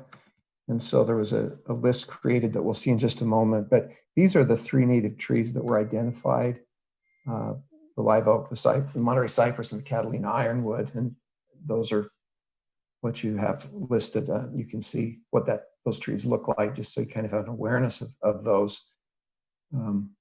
There were additionally 2 other trees listed. They are the only non-California native species on the list that we'll look at in just a moment. And those were 2 kind of medium-sized trees. So next slide is that list, and you can see it. The 3 first trees listed are the natives, and then underneath that, the small to medium trees, there are 2 trees that are not native. But all of the shrubs, all of the ground cover that are listed below are California native species. One of the things that's talked about, and I'll just mention it here, is in terms of where the cypress is located because of the size of it. That was a concern that was mentioned, but it identifies here that it need to be at key intersections, entries, and in parcel setbacks. But there was some additional language the Planning Commission proposed, and we'll talk about that a little bit later. Next slide. In terms of the issue of circulation and mobility, you're seeing here the road layout for primarily, as you can see, most of the road layout is in association with the UC property. And those roads were actually installed, which is kind of interesting to think about because it isn't a subdivision. We'll talk about that in just a minute. But as you look at the street, the thing you'll notice in terms of width is they're typically wider than you'd find as a neighborhood local street. And the reason for this is that because of the types of vehicles that you have associated with a business and industrial park. And so again, we'll look at the next slide, which is a cross section.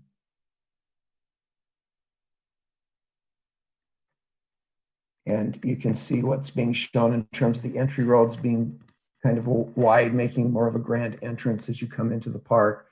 And then as you look at the primary internal roads, what you've got going on is,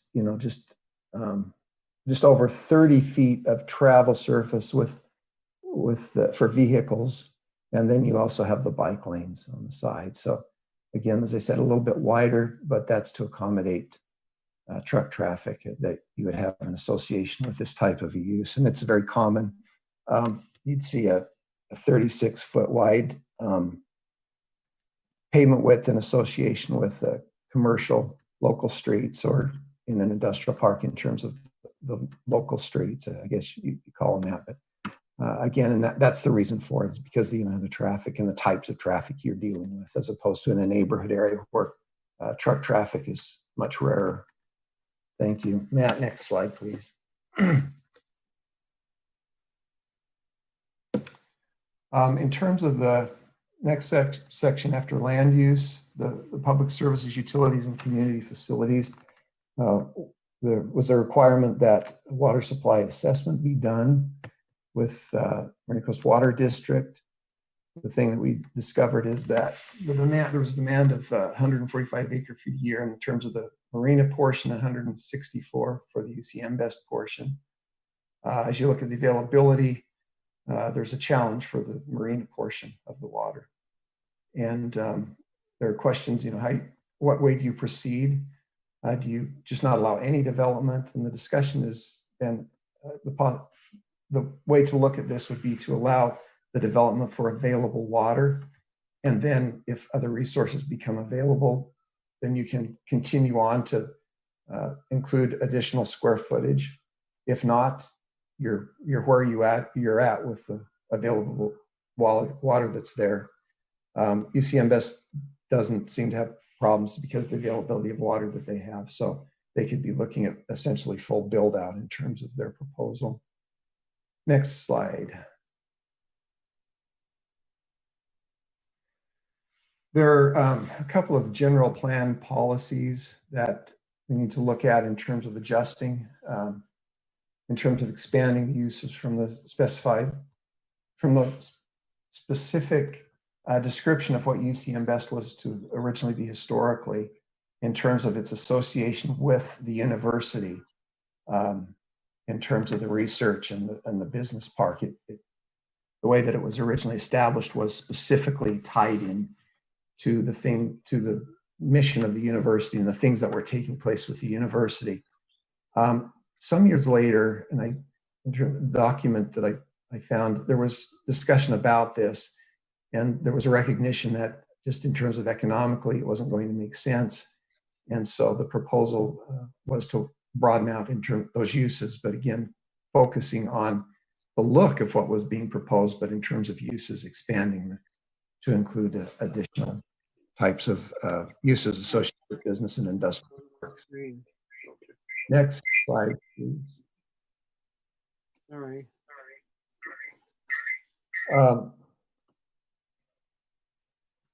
Here you have a map that's addressing tribal consultation, because if we amend the general plan, that will need to be done.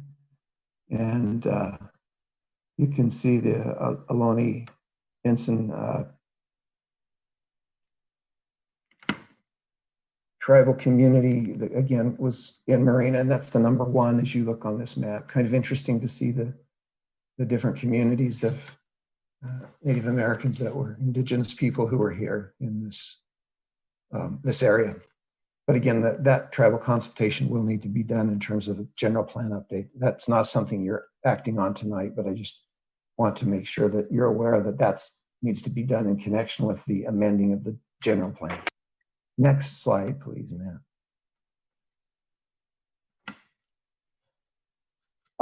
As I mentioned, there's a subdivision issue. For some reason, the roads were put in and divided property. And when you put roads in, you typically should be doing a subdivision in connection with those roads. And so that's something that Mr. Maserati has been working on, Steve has been working on, and trying to get that started so that problem can be corrected. So again, it's important we have an awareness of that. Next slide, please.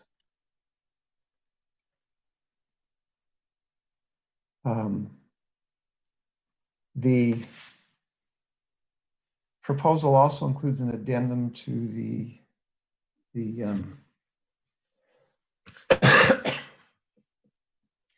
FEA EIR, that was done, and this addendum, it includes, that information from that original one. But again, what's being looked at is exactly what had been proposed in terms of square footage and types of uses in the two portions of the park.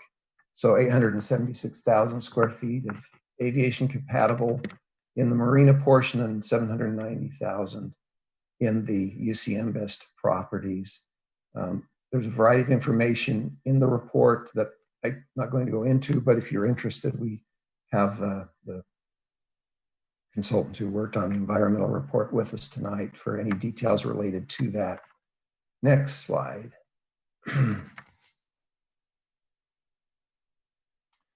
So the Planning Commission recommended a few changes. They recommended under the 2.3.2 eliminating chemical and allied products from the list of expressly prohibited uses and including the language that we talked about before, immediately under 2.4.2 in terms of the site development standards.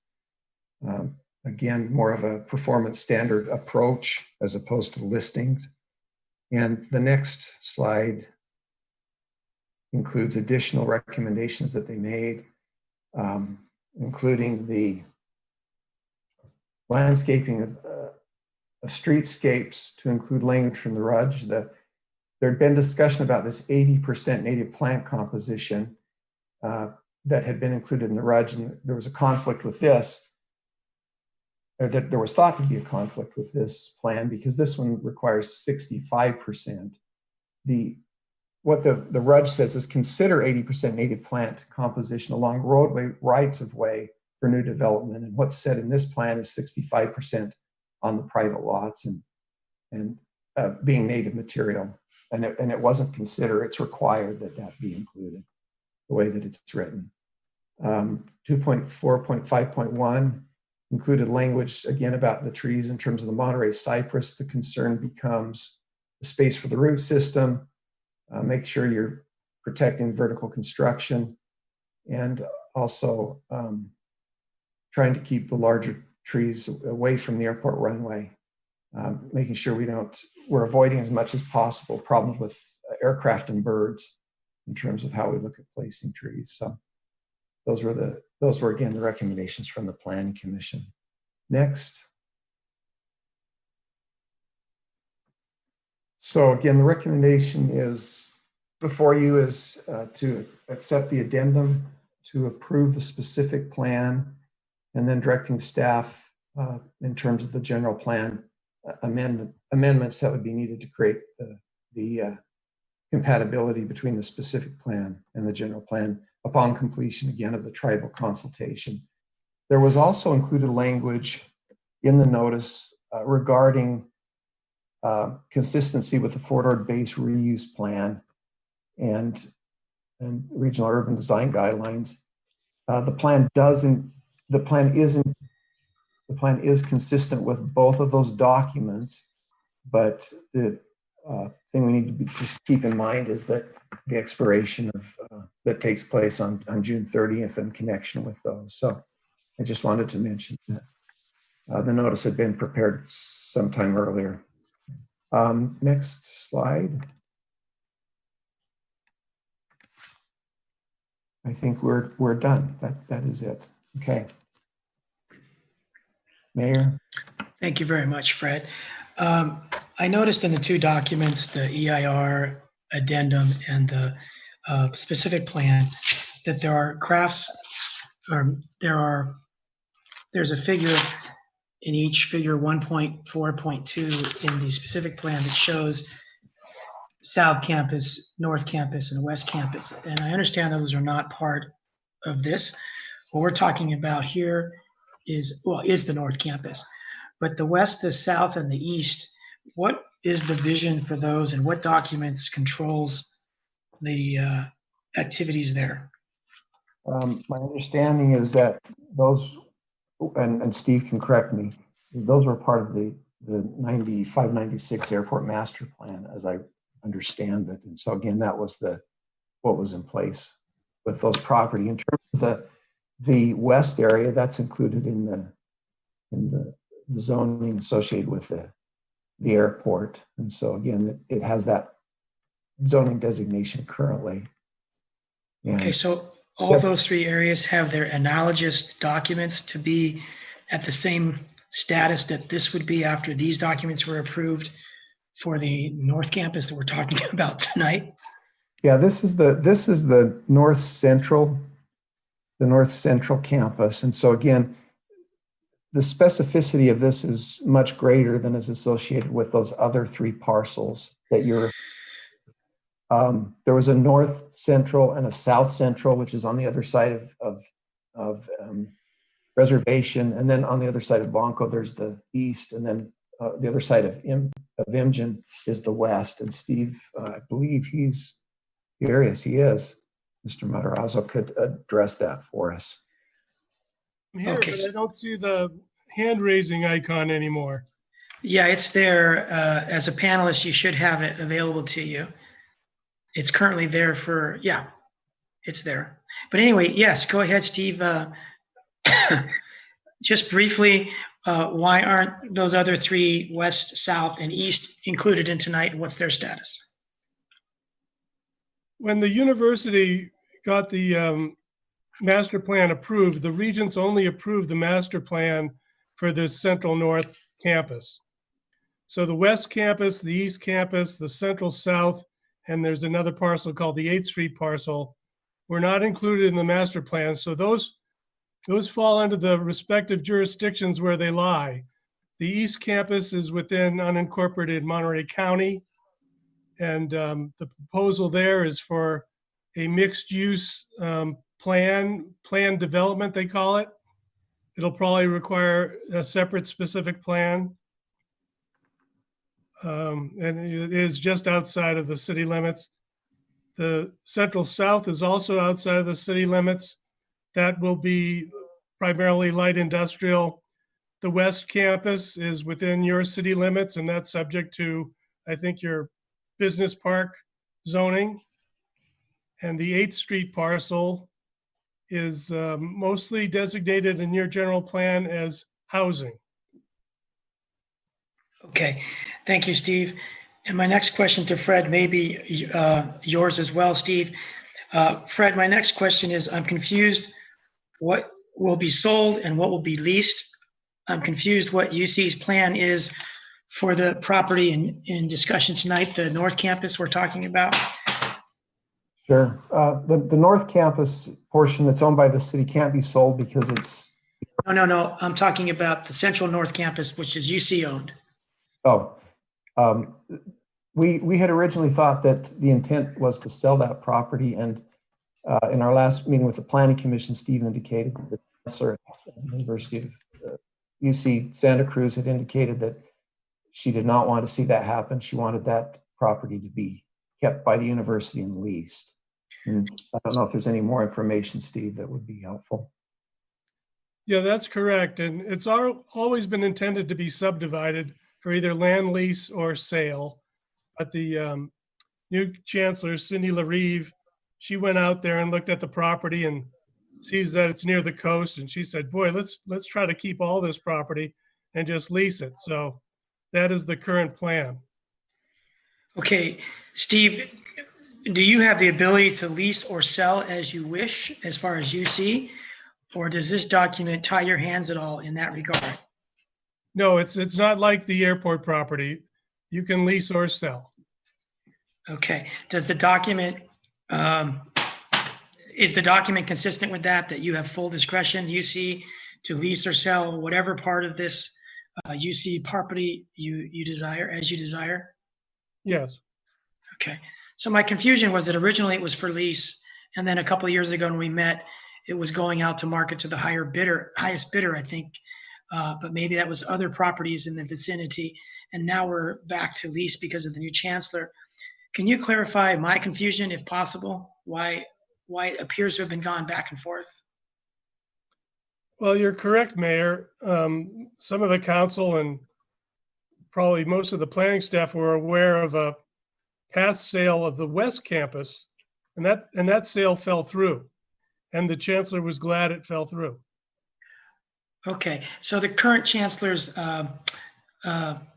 policy applies to all of the 5 properties that you've summarized in the last 10 minutes? Right. Thank you. Do we have a definition section in either the EIR addendum or the specific plan? I didn't see one. Fred, that's a question for you, I think. Yeah, it is. And I am trying to, I thought there was a small definition section included in here. I didn't find it in the, and there's an acronym page, but I didn't find it in the table of contents nor in the appendices. Okay, maybe it wasn't. And the reason I ask is because there are words such as adequate, light industry, materially, that is materially alter the landscape, natural vegetation, usually compatible, and those are wiggle words for sure that would be benefited by a definitions section. Yeah, you're right. It was the abbreviations and acronyms that I was thinking of in terms of it. All right. So how much effort and utility? Excuse me. 1-29, there are. Which document? The plan, the specific plan. Yeah, there are definitions, right?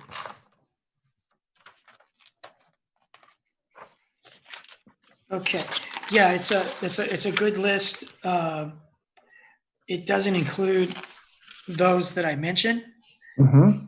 And so what would be the process of adding definitions to reduce future confusion to that 129 list of definitions? Can direct us to go back and expand that list. Okay. Going to the landscaping on 229.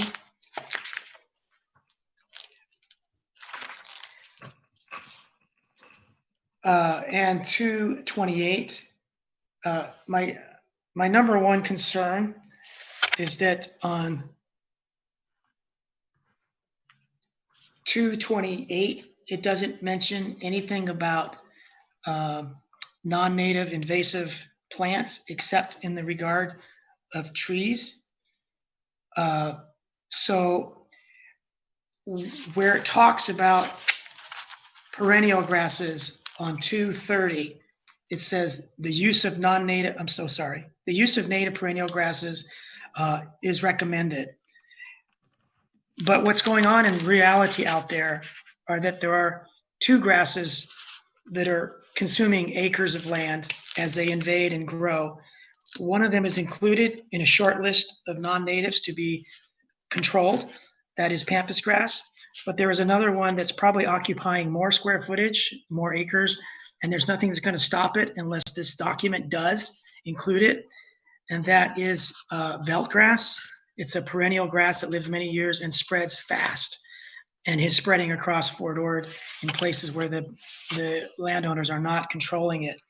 So veld grass, which is the scientific name is Hartocalycina, but it doesn't really matter, but except that there's other species in that genus. But this one is a perennial bunch grass that is already today occupying many acres of land that we're talking about, and it's going to get worse unless it's added to the short list that's already here, such as pampas grass. There's about 4 plants on the list on page 230, which are appropriate, but without adding that 5th one, we're really missing the boat as far as the current situation and the near future. So I wanted to mention that. And the point about 65%, which is on 228, a minimum of 65% of the total of individual landscape shall be landscape. And the regional urban guidelines you mentioned talk about considering 80%. My question is, what is the magic to 65%? And is there reluctance to increase that on the part of UC or the city to 80%, such as recommended by the guidelines? So Mayor, just to clarify, that the 80% that it talks about in the RUDG is in the right of way. It's not on the individual properties. in terms of individual landscaped areas being landscaped, and this 65% is here. So again, they're two different areas. Okay, I understand that. So my question is there reluctance on the part of UC or the city to increase that 65% to 80% on page 228, which regards landscaping standards in general? Well, essentially, it's your decision, so we'll do as we're directed. Yeah, but I don't want to be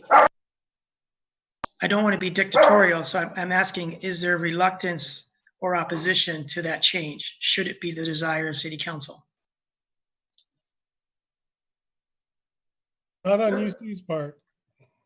Fred, how about on the city's part so far that you know? Yeah, there shouldn't be any reason that couldn't be done. Okay. The tree list includes 3, quote, native, unquote, trees. One of the 3 is Catalina ironwood. The island of Catalina is several hundred miles to the south.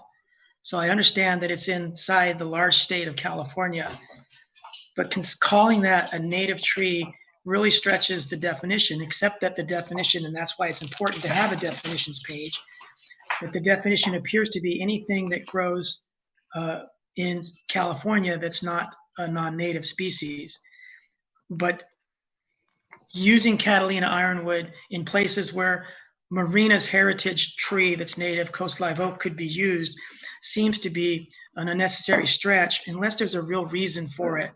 And so my question is there a strong logic or reason that Catalina ironwood is included in a list of 3 native trees that could be used? I don't know of any, Mayor. My assumption looking at the tree, though, is that could be used as a street tree, where the others are more of a challenge in terms of using it as a street tree in a park strip. Okay. I think that's why the 2 non-natives were identified as well, is because of the fact those could be used as street trees. Right. So the Monterey cypress, of course, is the biggest of those 3. So I guess you're saying that the ironwood was thrown in because in some places, if the other 2 trees weren't appropriate, you'd have an alternative. Is that correct? Well, again, I'm making an assumption just based on the information that that talks about having planted park strips and looking at the trees that would be available to accomplish that. There's nowhere that I've seen that. It's just, again, from observing the trees. Okay. The last thing I'll say, and it's the smallest issue, is that on 229, section 2.4.5.5, landscaping within the open space areas along Reservation Road, it mentions coast live oak, madrone, buckeye as species that would normally be associated with oak stands. And can other species be used that aren't on that list, or must they be listed here to be used? This is an exemplary list, so I'm assuming it's not an all-inclusive list. No, it's not. It talks about referencing Rudge as well here in the document as a resource. Okay. All right. So Steve, while you're here, I just want to mention that Toyon, coffeeberry, and flannelbush and elderberry are beautiful native tall shrubs and small trees that are either used already in marina landscaping to a great benefit, or very easily could be just the same as those that are listed. But I understand now from Fred that that is not an exhaustive list. It's just a suggested example list. Mayor, just when we talked about this at the Planning Commission, we talked about the need to develop a standardized list for marina. Again, recognizing that within the community there are several microclimates, but it's just helpful because we keep getting more and more lists of trees and plant material. And again, it doesn't make a lot of sense why we have an individual list now for every specific plan that we're developing. And so again, it's something we've talked about with the Planning Commission in terms of working with Marina Tree and Garden Club and the Tree Committee and others in terms of creating that list that we have in place. So it is the list for marina, and then it talks about the various microclimates where which trees or plant materials would be appropriate. Okay, and I forgot a major point. It's on water. When you showed that water slide. If you could bring it up again, great, but it's not necessary, but it'd be nice reference. UC had a surplus of water, what it looked like, and the Marina City had a deficit. So my question is, and I know this is a very politically dicey topic, so I understand that, but to Steve and you, is there any alternative solution that would move any of that surplus, what looks like surplus UC water, or is that what needs to be saved for the other properties that aren't in discussion tonight that we talked about earlier, such as the east, the west, the south, and the 8th Street parcel? Yeah, it's the latter, Mayor. The other properties probably require 1,000 acre feet total. Gotcha. So we're in a deficit also.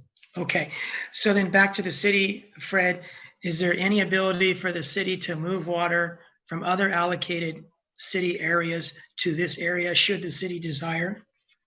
We had a discussion with Marina Coastal Water regarding that, and the discussion was that, you know, it's something that could be proposed, but it would need to be out of the FORA allocation. It isn't, you know, for instance, we discussed CMEX location, and I think there were like 500 acre feet there.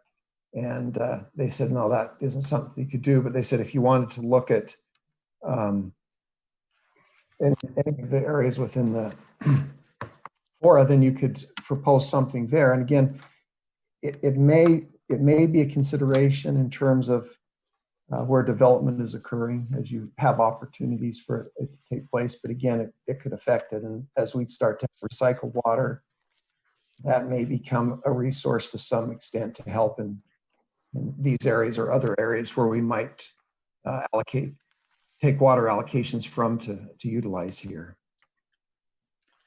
Okay, thank you. There is a small typo, I think, on page 11 where it lists a number out of the blue, 850-37226 in the middle of the sentence under goals and objectives on page 11. So just a minor thing.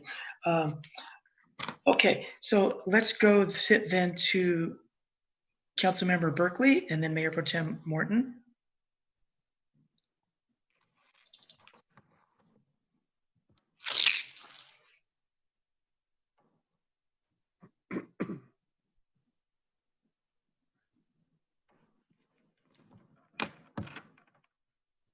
I don't know if Councilmember Berkeley's having issues. Let's go to Mayor Pro Tem Morton and then come back to Councilmember Berkeley. Thank you, Mr. Mayor. So a couple of things that came through here, and thank you for giving us the minutes from the last meeting. Some of the concerns were that the UC system, what would be developed on their portion of the property within this specific plan would be at the discretion of the developer. And that remains true, correct, Fred? I think Steve also said this.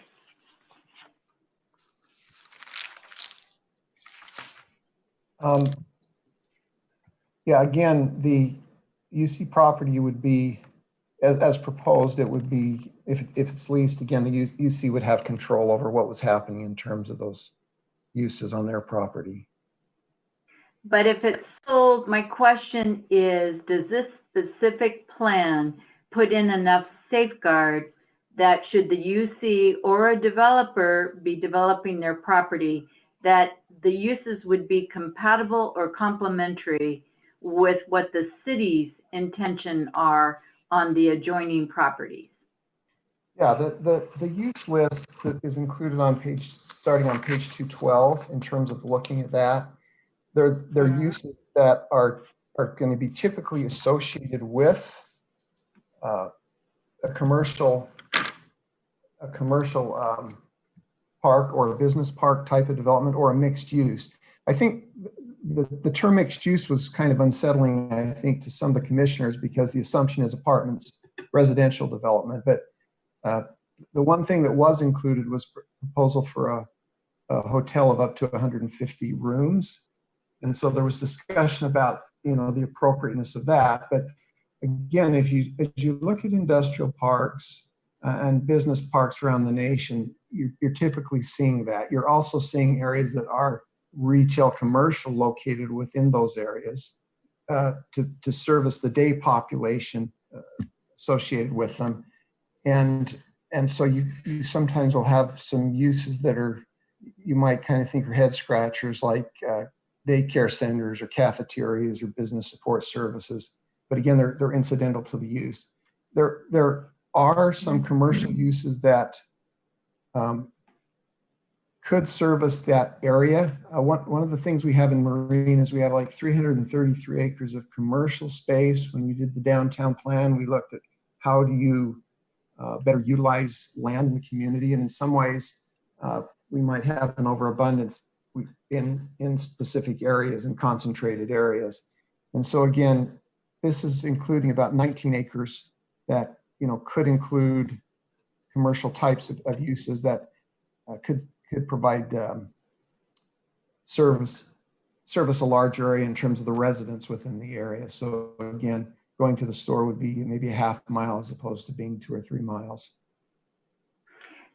So I'm understanding then that the project, the uses that are allowed under this proposed plan do not include housing. They do not. Okay. And then, so that answers the question about the cap on housing of 6,160. And then the use on water, if in fact there's a reduction in water of the 6,600 acre feet of water, would the UC also bear a proportionate share in decreasing the water available for this project, as would the City of Marina and the other jurisdictions, land use jurisdictions? Yeah, not necessarily. The chart showed 228 acre feet, and we need about 160 acre feet for this property. So we would reduce it that far if necessary, and if it needed to be reduced further, we are part of that collective dealing with the Marina Coast Water District, where they would require proportionate reductions. Thank you, Steve. And then the FORA CFD is expiring July 1. And I'm going to ask a couple questions first. Whose roads, who's responsible for the maintenance of the roads within this project? Well, they're intended to be public roads. Okay, that makes the city responsible.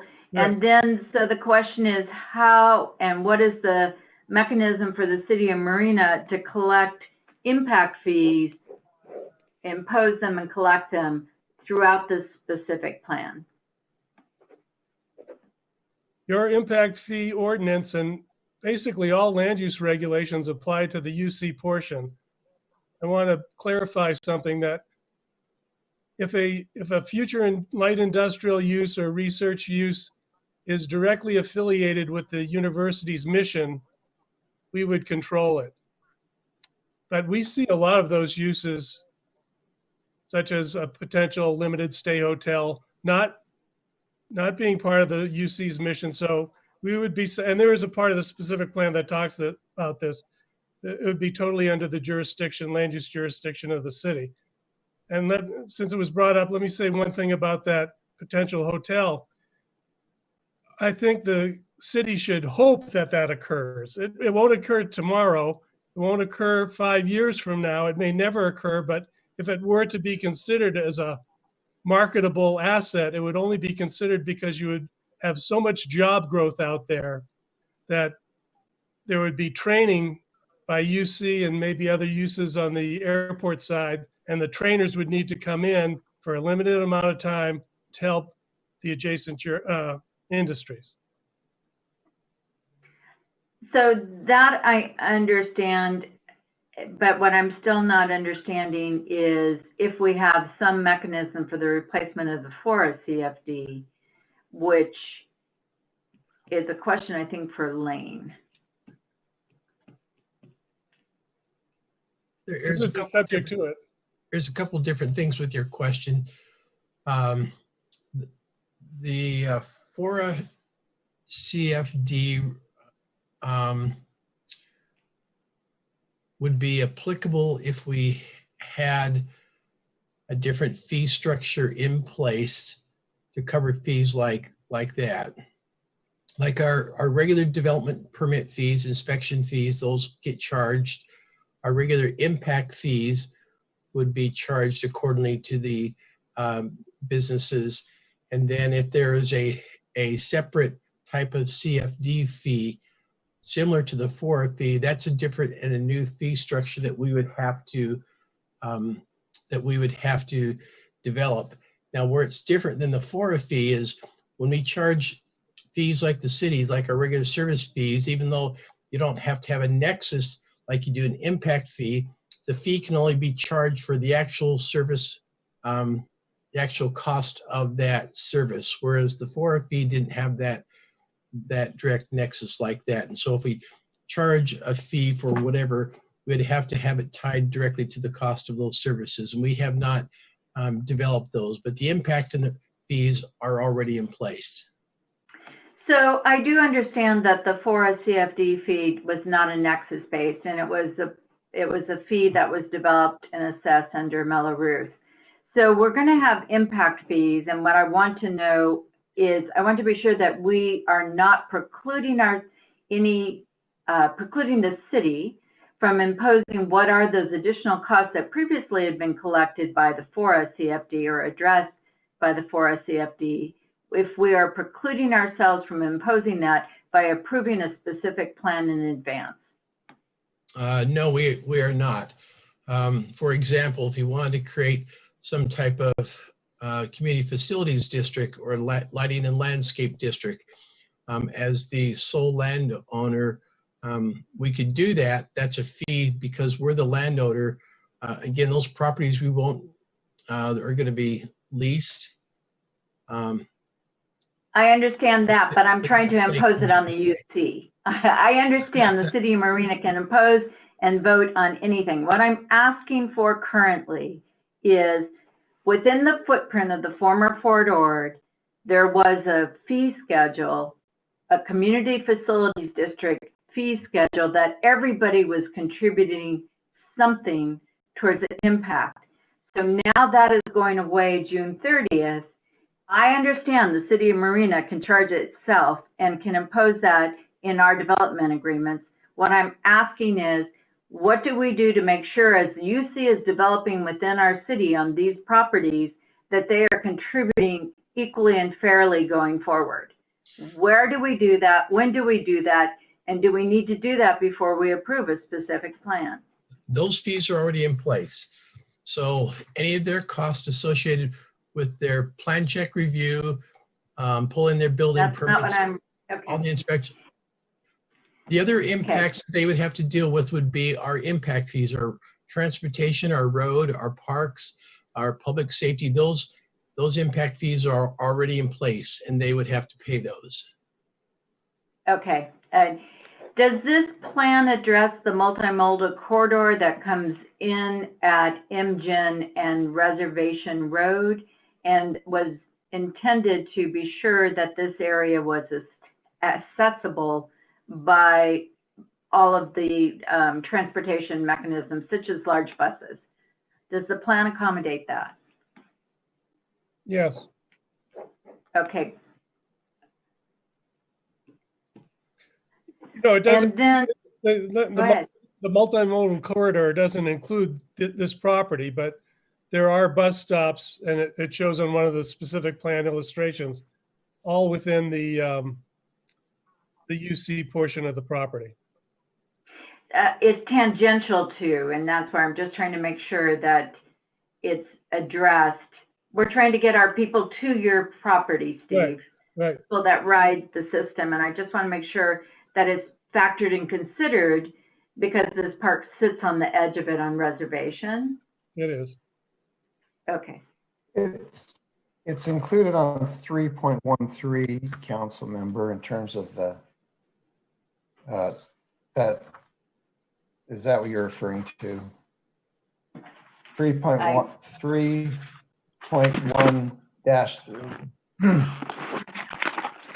And that's a figure. Yeah, that's Fred? a figure.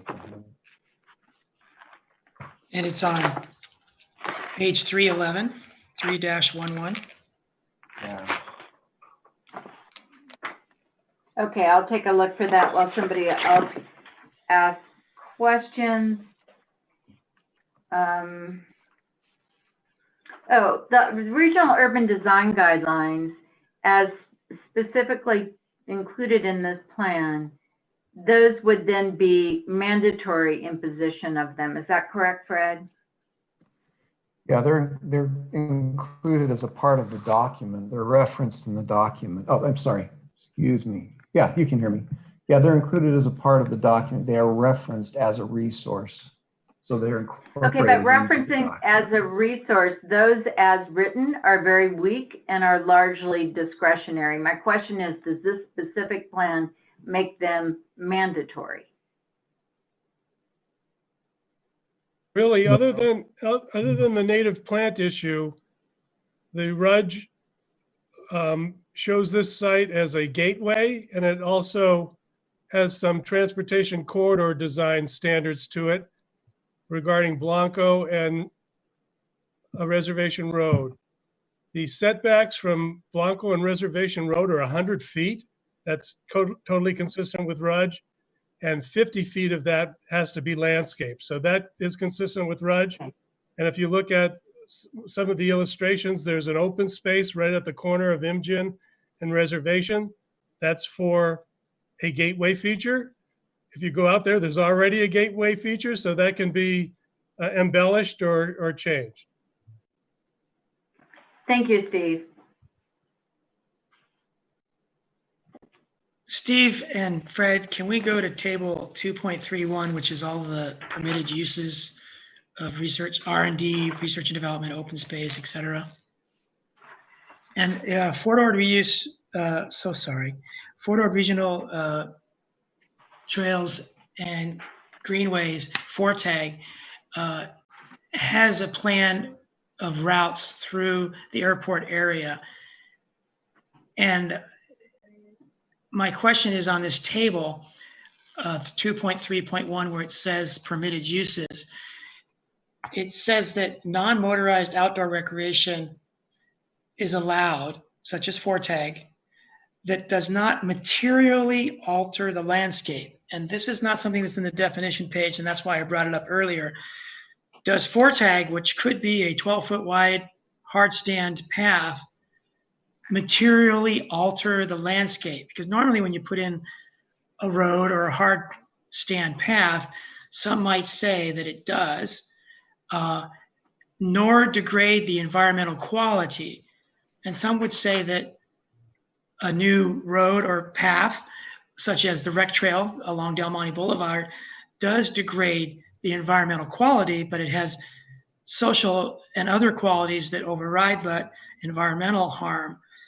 And so my overall question is does FORTAG fit as a use type allowed in open space as shown on table 2.3.1, which is on page 2-12? You know what that is on your agenda packet? It's on our agenda packet. It's in the staff report? 874, 875. 874, 875. I don't know what that means, 874, 875. Your agenda packet is paginated. Yeah, and I see 1-17, I see 13, I don't see something into the hundreds. So to partially— It goes into the 900s, 1200s. Yeah, I'm not seeing that. FORTAG does not enter this property. Okay, so FORTAG is irrelevant as far as the open space of those 4 areas? Yes. Because I thought that one of those areas was the northeast of the airport, one of the open space areas along West Blanco Road. It comes close, but it doesn't hit the airport property. Okay, so if we go to figure 2. I went out. If we go to figure 2.1-1, it's a map of the property and it shows 4 open space areas. And you're confirming, Steve, that northeastern linear shaped open space area next to West Blanco Road does not intersect with any FORTAG planned routes? It doesn't, Mayor. I went out last week and first of all, I mapped it because I thought if I map it over the air photo, how does this work? And it illustrated that the trail was not in it. And then I went out and looked at it, and it comes from the east side of the road, and then it goes, pretty sharply to the north in terms of where it accesses the west side of Blanco, or the west side of Blanco. And so it isn't within that area, probably by 100 feet. Okay, so the Forte comes from Blanco Road asphalt and heads west to the Jefferson Road, for lack of other name, without hitting the UC property. Yeah, it's further to the north. Okay, without hitting I guess in that case, it's the city property, correct? Yeah. Okay, so Fortag is irrelevant as far as the project site being considered tonight. Right. That's all right. correct. So I won't take everyone's time, but just to mention that the words that I found nebulous without definition, that is, are all on that table 2.3.1. Things such as light industry, lighter manufacturing, whatever that means. Some people know, I don't. Natural vegetation, visually compatible. I'll be asking later when we build a motion that those terms be added for the future, so that there's an official definition when we come to grips with those. Okay, Councilmember Berkeley, O'Connell, Urrutia. Let's go to Lisa with your hand up. Thank you, Lisa. Can you hear me now? Yes. Okay. So I'm going to try and be pretty quick here. And this is just questions on our staff report that I wanted to be sure I had clarification and understood. So on page 4 of our staff report, about halfway down the page, the paragraph begins with the proposed development of non-aviation uses on the tarmac located on the southeast edge of the runway have resulted in examining, et cetera, et cetera. And is there a specific development of non-aviation uses that we're referring to here? And I guess this is for. We're referring to. Yes, we are referring to a specific. You continue to cut out the end of your sentence, Fred. Sorry. Okay. Can you hear me? Yes. Okay. Yeah, it's referring to Joby. Okay, great. Thank you. And then on page 5 of the document, I have 2 questions. One is under the tribal consultation element, and you may have mentioned this, but again, clarification. It says that the process will take between 2 and 3 months for carrying out the amendments to the general plan. Can you please explain this? Yeah, what happened was initially you could have if you noticed it, you could have a 30-day time period, but with COVID-19, the state has extended that to 2 months. So we're just reflecting. And is that an additional 2 months to moving this forward, or it's just an addressed time component in how long this will take? It would be, this is again for the general plan, not for the specific plan. So what we're proposing is, again, you adopt the specific plan and then updating the general plan, and it's in connection with that update. Okay, great, thank you. And then again, on page 5, on the bottom, when we're talking about subdivision, you say for some reason the UC MBEST site was developed with road and infrastructure without going through a subdivision process. This issue is currently being remedied. I know we've been speaking a little bit about this already, but if we can just get a really clear understanding of what this, what's being remedied. Yeah, what's being remedied is Steve is preparing a subdivision plat for this area. Again, that will go through the city's process of recording a subdivision so that that's in place, which currently is not in place. Okay. Is that clear? It's a requirement of the state that when you put in roads and you're dividing up properties, that it needs to go through a subdivision process. That did not occur, and we have no idea why it didn't occur, but Steve is working to remedy that by again, getting the subdivision map and working with engineering towards resolving that. Okay. And the rest of my questions were already answered, so that answers all of my questions. Thank you.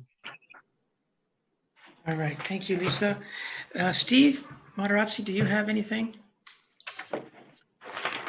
Well, when I gave a brief presentation to the Planning Commission, I mentioned the fact that since it's near an airport, we should all look at the 30,000-foot view. And this is a perfect location for a business park. You've got what planners call buffers all over the place. You've got Armstrong Ranch, and you have the airport on the north side. To the east, you have Blanco Road, a great transportation corridor.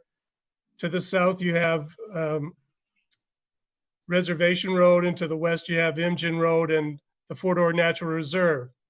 You know, that's probably one of the reasons you don't have citizens out tonight complaining about this. To me, as a planner, it's a perfect location for what's being suggested here, and your Planning Commission agreed. Also, those roads are regional corridors. It's great. You know, you're about 5 miles from Highway 101 and you're 3 miles from Highway 1. So future industrial users will love it. And the final comment I have is the university is really excited, as I know the city is, with Joby Aviation. I think Joby is going to be the catalyst to help further development of this area. Thank you. Thank you very much, Steve. Let's open the public hearing. And Steve, thank you for all your work over the years, for many years. And let's open the public hearing. And please raise your hand, starting with Brian. Thank you, Mr. Mayor. I just want to echo that really what a jewel to the city this land is, and what fantastic possibilities and potential still remain at this site. But I want to briefly touch on something to the extent that it may relate to the EIR portion of this presentation, and that is dealing with the ground itself and possibly the groundwater underneath this site. This is something your Planning Commission did not discuss. And as I understand that limited areas within the site may have been tested for hazardous chemicals at one point in the past. And I also understand that since that testing took place, there have been new hazardous chemicals identified and testing methodologies discovered as well. Specifically, two chemicals, and bear in mind, I have very limited knowledge of these things. So if I'm using the wrong terminology, forgive me in advance, but PFAS and PFOS, which are chemicals that are largely associated with airport sites and firefighting foam.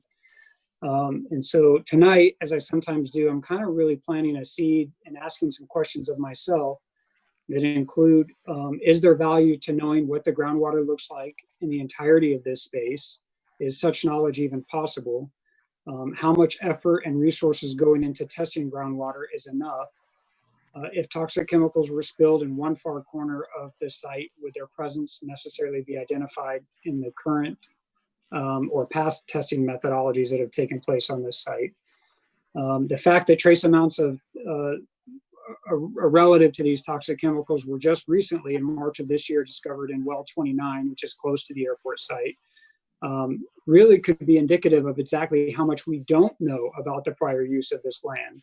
Not only in spaces that have been determined as likely hazardous chemical sites, but also, and especially at those sites that the government agencies did not fully investigate because for whatever reason, be it through conversations with previous landowners or users or some other reason, they discontinued investigation.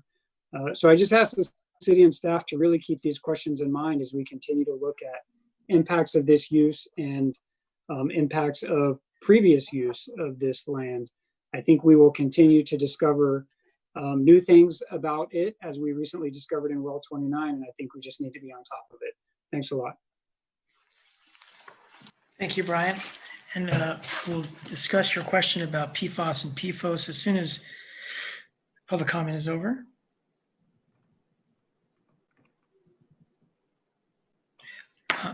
Kathy Biala.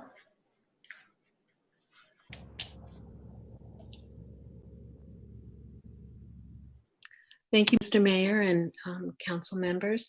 So we really did spend a lot of time on this in the Planning Commission, and I'm pleased to say we covered many of the things that were covered tonight. I want to go back to the landscape plan.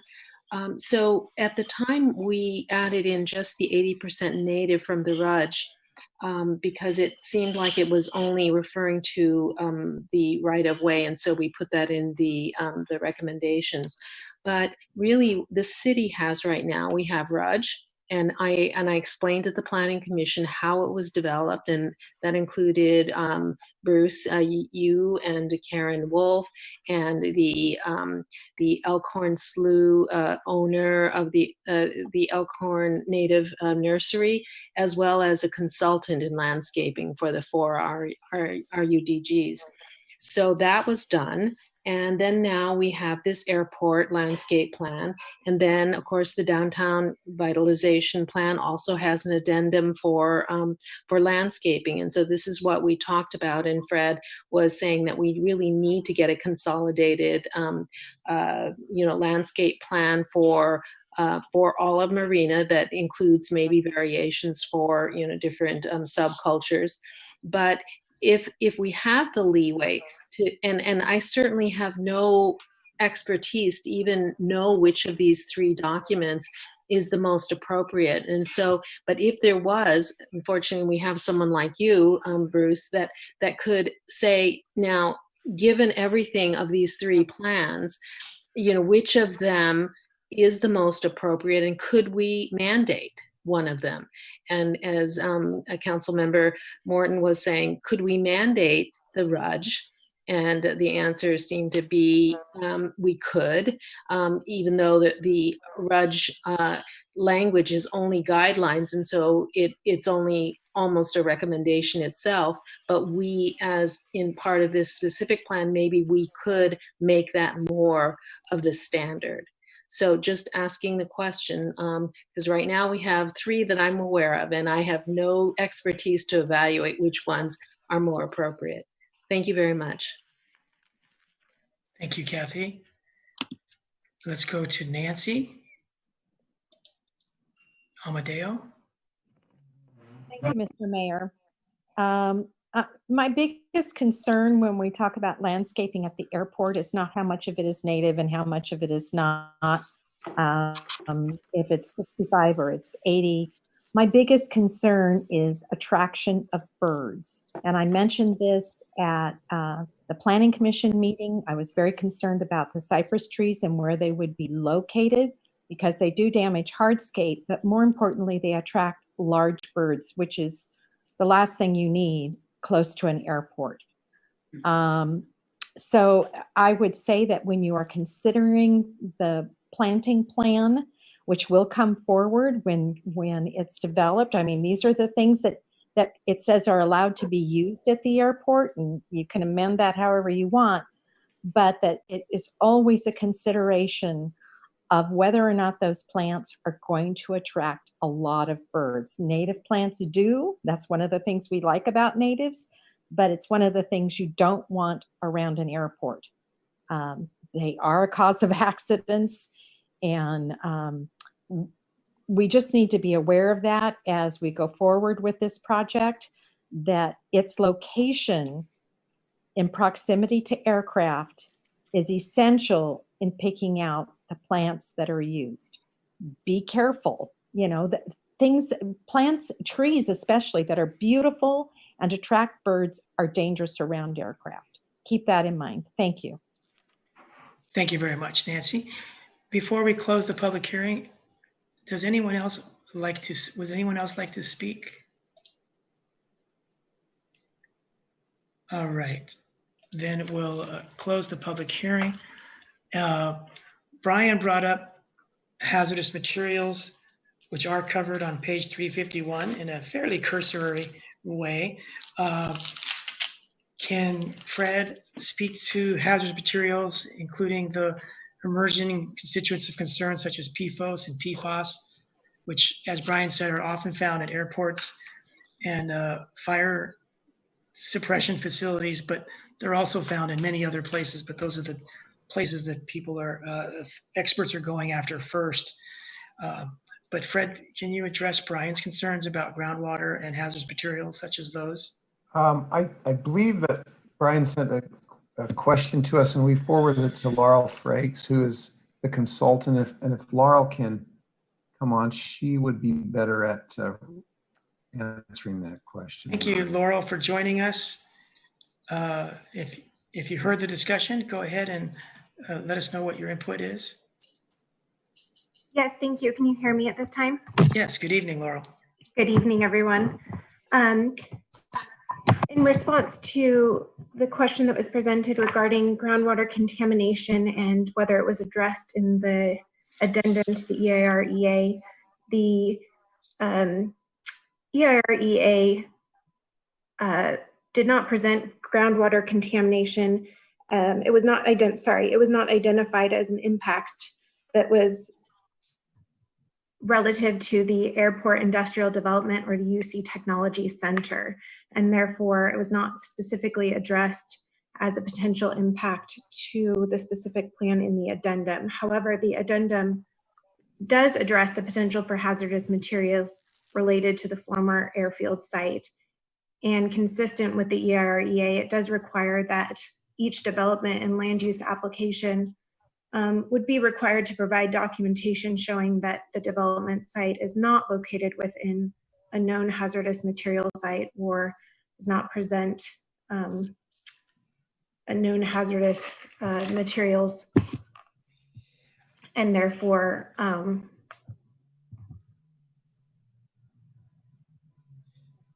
Laurel, I don't know if you meant to finish, but you seem to cut off. Oh, I'm sorry, I'm having connection issues. Can you hear me now? Yes. So Laurel, I don't know if you're still trying to talk, but if you go to page 351 in the addendum and point out the language, I'm looking at it and it doesn't seem to mention groundwater. It only mentions hazardous materials policies and hazardous materials handling, which seem a little different than what's under the ground. Yes, you are correct. And again, the addendum does not specifically address the any groundwater contamination, as that was not expressed and identified in the EIREA as an issue with the location and development boundaries of the specific plan. Okay, so the particular materials that Brian was concerned about, PFOS and PFOS, which are acronyms of very long words, those would be in the groundwater potentially here, and that groundwater would have to be brought up to the surface and used by people to be a hazard to people. Is that correct? That is my understanding. However, I will disclose I'm not a groundwater expert by any means. Mayor Okay. Steve Waterazza here. Go ahead, Steve. There was a water supply assessment done on this whole property. I've been in contact with Marina Coast Water for the past 4 years. They've never mentioned any dangerous underground plume in this area. And it would, if there was one, it would have been mentioned in the water supply assessment, and it was not. Yeah, so I did share with Keith Vondermotten and Brian McCarthy, because of Brian's email, that the Central Coast Water Board has identified the presence of these chemicals Brian mentioned on former Fort Ord in the airport area, and so there it's a newly coming to awareness element of concern or hazardous material pollutant in the groundwater. So I think that if there's some way that this document could address future new emerging constituents of concern and what we do about it, such as ensure that the water connected to the industrial uses and drinking uses would not be impacted by any future emerging chemicals or pollutants, that would cover it. But I think it is true that this document seems to lack a reference in case, a contingency reference for new and emerging future concerns of hazardous materials. So Fred, this isn't the first time this needs to be addressed. We might have feedback maybe from Lisa. Fred, can you address how we can handle this in this document tonight? Well, again, we can go through and reference it, just as you have said, in terms of identifying it as a problem, as a potential issue in terms of emerging. I guess I'm fascinated by this because at the point that the Army turned this over to the city, it would be interesting to see in terms of those documents, you know, what the situation was, because that's kind of been my experience with base closures, is that there's the requirement that the military provide that essentially clean bill of health, if you will, in terms of groundwater issues. And so that's something that, you know, we can look at, but we can address it as a potential problem in the document. Yeah, it's an emerging one that wasn't on the on the radar back in the day, or even 5 years ago. So I think the concept is, how do we address future emerging issues like this? This is just one example, but you're right. It's not in the documents because it wasn't part of our known reality, although it was always there because of Army and fire uses. Mayor? Yes, go ahead, Steve. Mr. Mayor? One moment, please. Lisa, just one moment. Steve first, and then Lisa second. Go ahead, Steve. Just let me reiterate one more time that the water supply assessment doesn't mention it. It knows what the specific plan's all about, doesn't mention it as a caution. That was adopted April 20th, 2020. So, and who more than the water district should be concerned about this sort of thing? I'm not denying it, it's a potential problem, but if there's a problem in this area, every industrial use provides the water district, air district, and fire department with a material safety data sheet that lists all of the potential contaminants they will be dealing with. And at that time is usually, and that's prior to a building permit, they usually say, no, you can't use that chemical. But you know, this is a big issue, but it's an issue that I haven't heard. I've been dealing with the water district for the past 4 years, and I specifically haven't heard about it at all. And I haven't definitely not heard about it on this property. Right, and that is the value of public hearings. And thanks to Brian, it's been brought to light, but it does exist, and he's brought it to light, and it is documented as occurring in the groundwater off the airport of Fort Ord by the Central Coast Regional Water Quality Control Board. So the public hearing does bring out things like that, and that is the intent of the public hearing. Councilmember Berkeley? Yeah, one second. Trying to do this right here. Okay. Can you hear me all right? Yes, looks sounds great. Yes, okay, great. So there is the Fort Ord cleanup site, which is being run by the U.S. Army. I think the website is fortordcleanup.com. And so I know that they're already looking at this and working on it. And so it might be a good idea for us to circle back and collaborate with them and see where they are on this. That's all. Okay. So on this matter, the general concept, without getting specific, is how this document before us tonight addresses and could address future emerging constituents of concern or pollutants of concern, whether it be PFAS today or something in the future that's not on the radar today. And it sounds like page 3-51 is the place to do it. Do you agree, Fred and Laurel?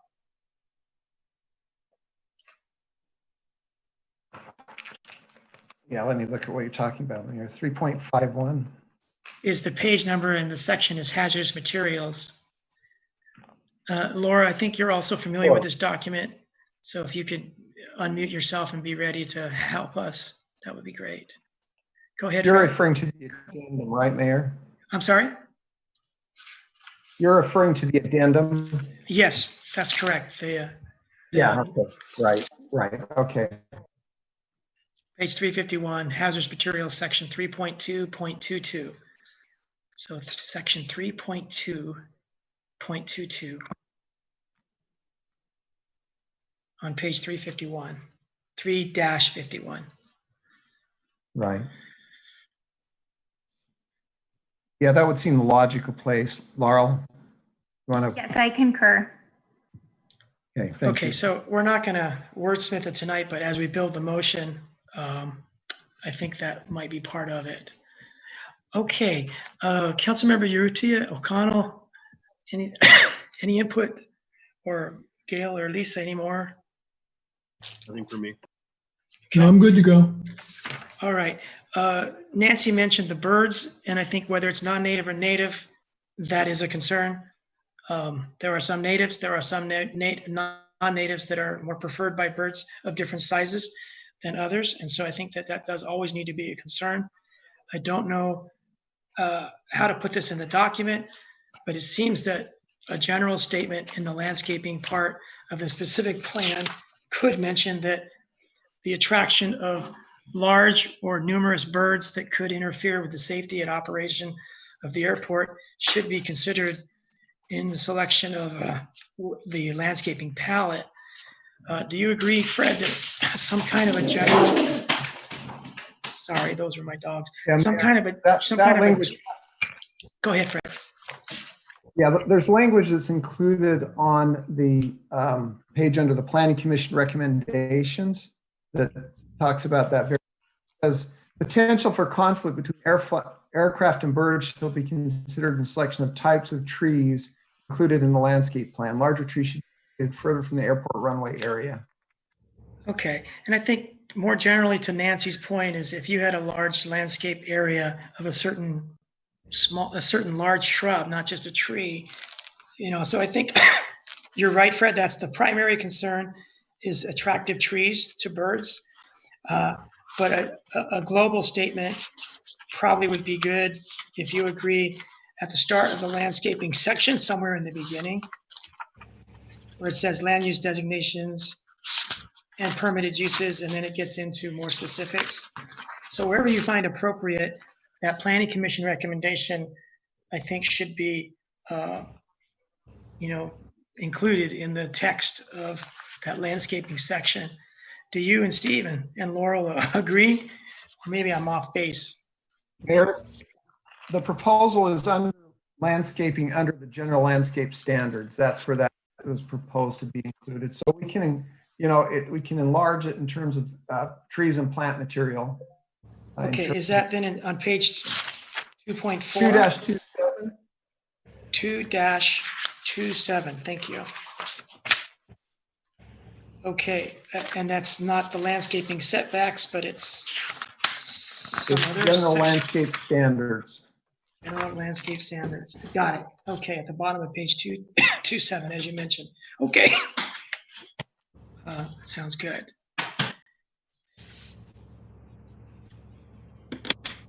Okay. So I'll begin to build the motion, and if there's a second, then we can have other friendly amendments or substitute motions. That is that we adopt the resolution accepting the addendum to the final environmental assessment and environmental impact report before us, and the same for the industrial park UC Best Center specific plan, and that we direct staff to prepare amendments to ensure consistency between these documents and the City of Marina's general plan, with the direction including modifications to the documents where staff finds appropriate, such that on page 228, we replace 65% native with 80% native. And on page 230, we add Veltgrass Ehrharta calycina as a 5th invasive plant to the list of 4 that are there already.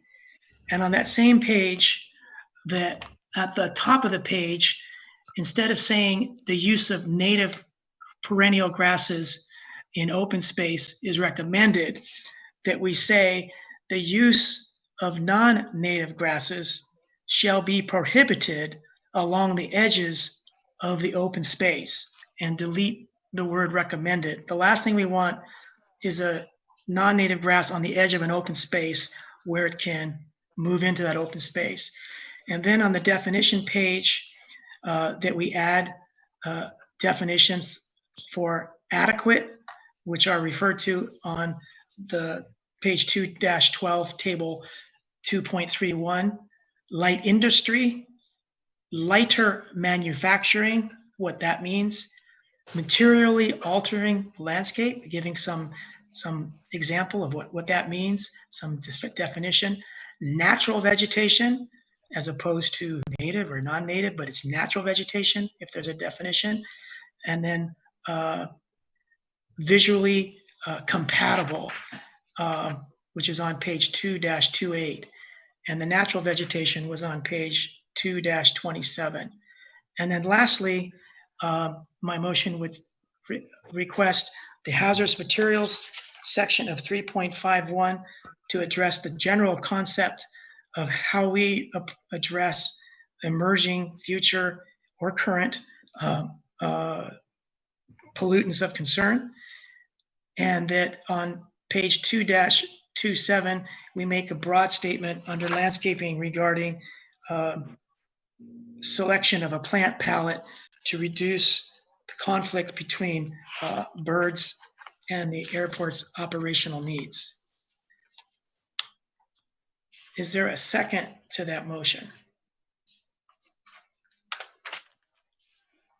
Second. Okay, so second, and now we'll begin discussion. Other council members, please help us out. Okay. As soon as the council members have had their first bite at the apple, we'll go to public comment. But for now, let's go to Mayor Pro Tem Morton. So I think that the comment just for staff direction to ensure that the regional urban design guidelines are applicable, not discretionary. Thank you. I forgot that, but I would definitely agree. So we'll add that to the motion. Does your second hold, Councilmember Urrutia? Second holds. Okay, let's go to public comment and then come back to council before we go to a vote.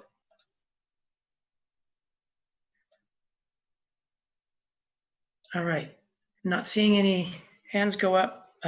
Let's come back to council. And I'm having a little trouble on my end. Not seeing any council comments, but we do have something from Steve. If council doesn't object, we'll allow Steve to provide some input. Any objection? No from objection. council? Okay, I don't mean to sound like a court of law, but it is not normal for us to do this. So I need to ask permission. Go ahead, Steve. Mayor, I appreciate your motion. I would hope for just one change, and that's where you want lighter manufacturing or lighter industry defined. I couldn't define it.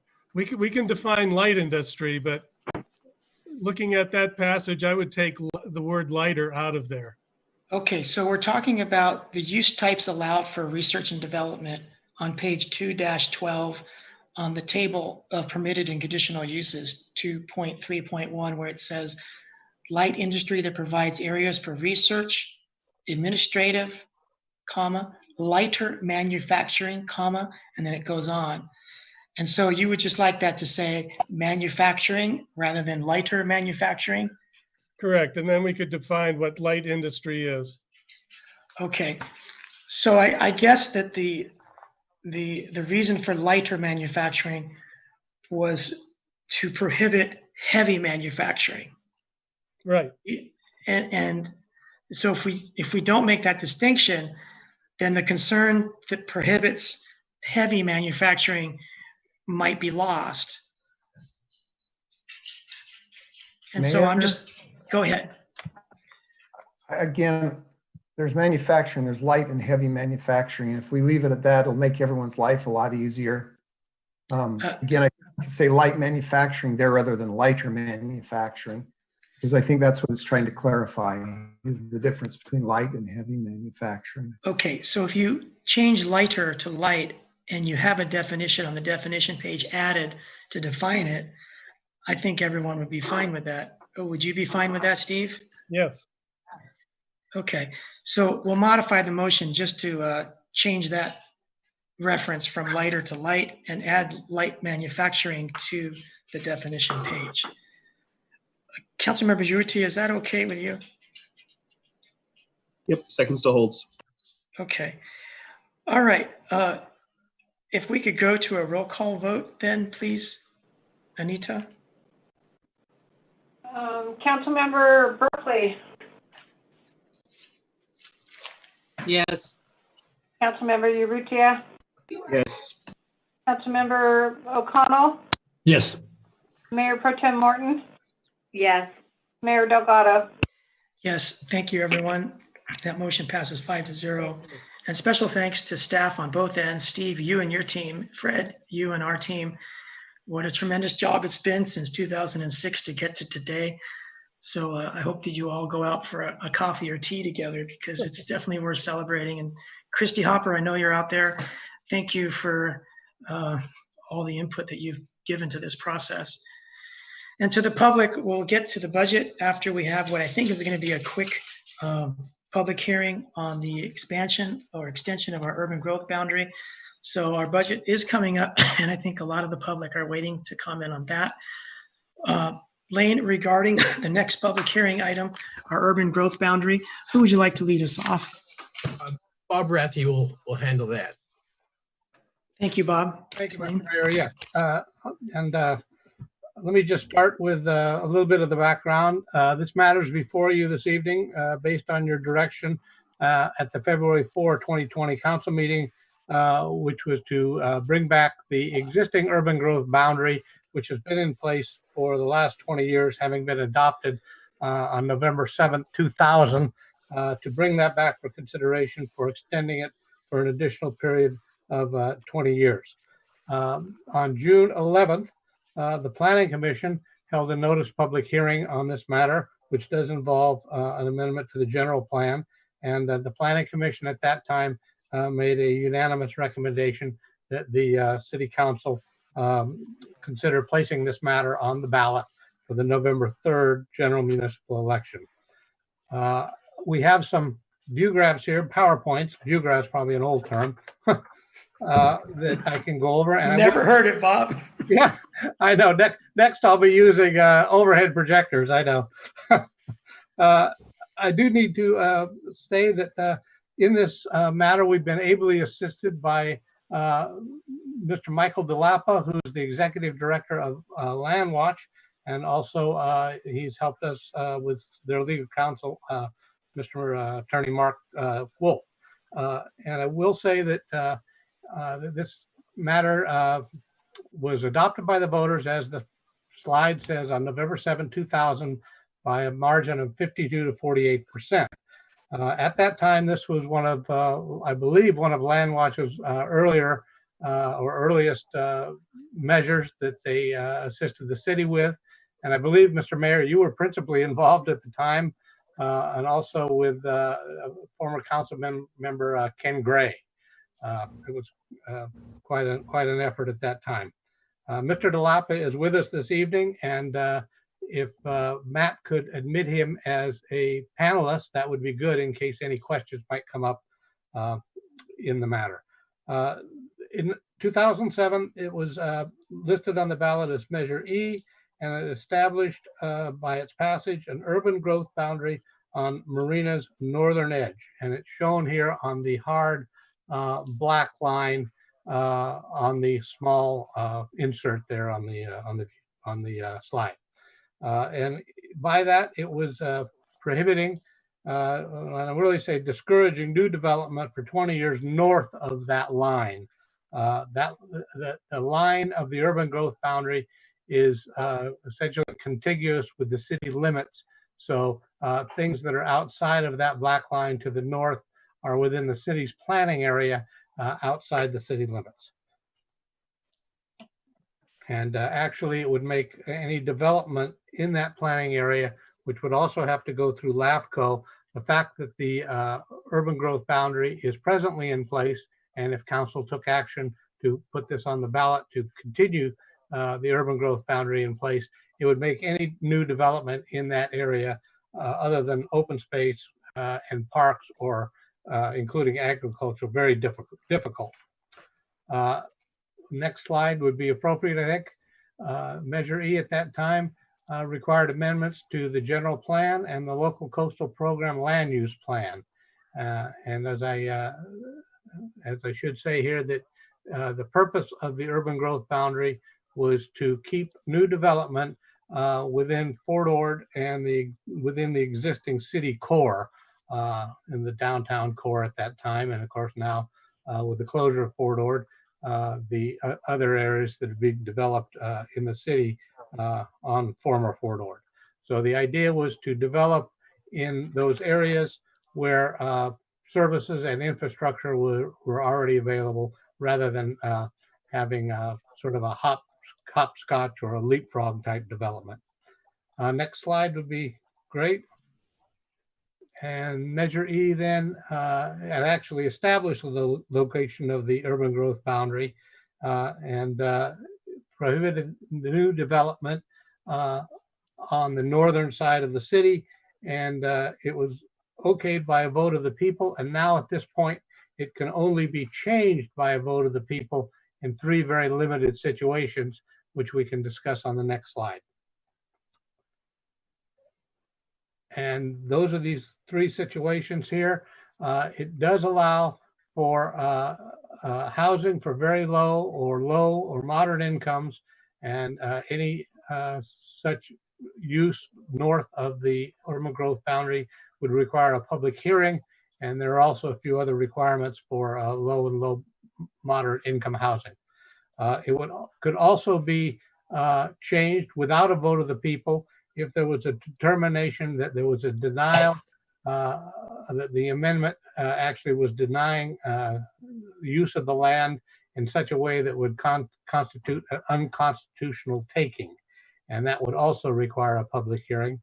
And the third opportunity that the council could have to change the urban growth boundary was in the event that the general plan itself was reorganized and renumbered, essentially an administrative type change, not really an operative change. So those are the 3 situations in which the urban growth boundary can be changed now. And if it was to be continued for another 20 years, they would remain the sole opportunity for council to make changes. I don't believe that any of these have ever been invoked in the last 20 years. The next slide discusses some of the goals of the urban growth boundary. In other words, the hope for impacts that the urban growth boundary would encourage development patterns, infill development, as I stated, within the city limits and on former Fort Ord. The idea was also that it was minimize adverse environmental impacts and protect agricultural resources and open space. Next slide just discusses the idea that housing would be provided with the urban growth boundary in place in those areas where infrastructure and services are already present, and by doing so would then create stability in long-term planning for the city.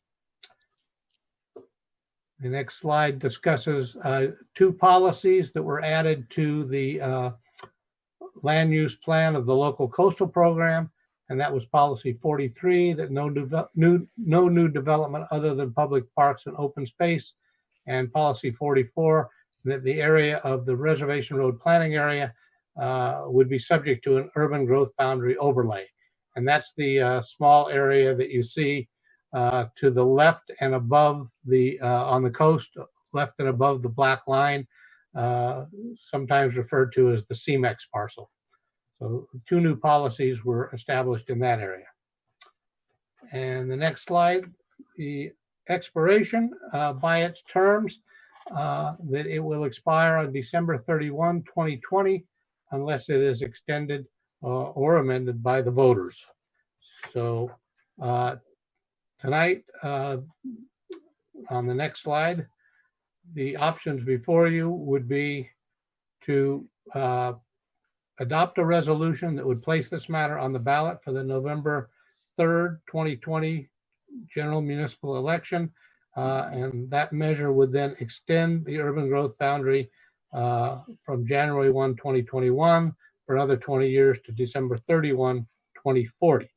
And the City Council tonight could adopt that resolution, and then the matter would go ahead and be placed on the ballot, which we would have to do along with any other ballot measure. So I think that covers everything I wanted to say. And I guess we can open up for any questions. Okay. Are there any questions at this time? No. All right.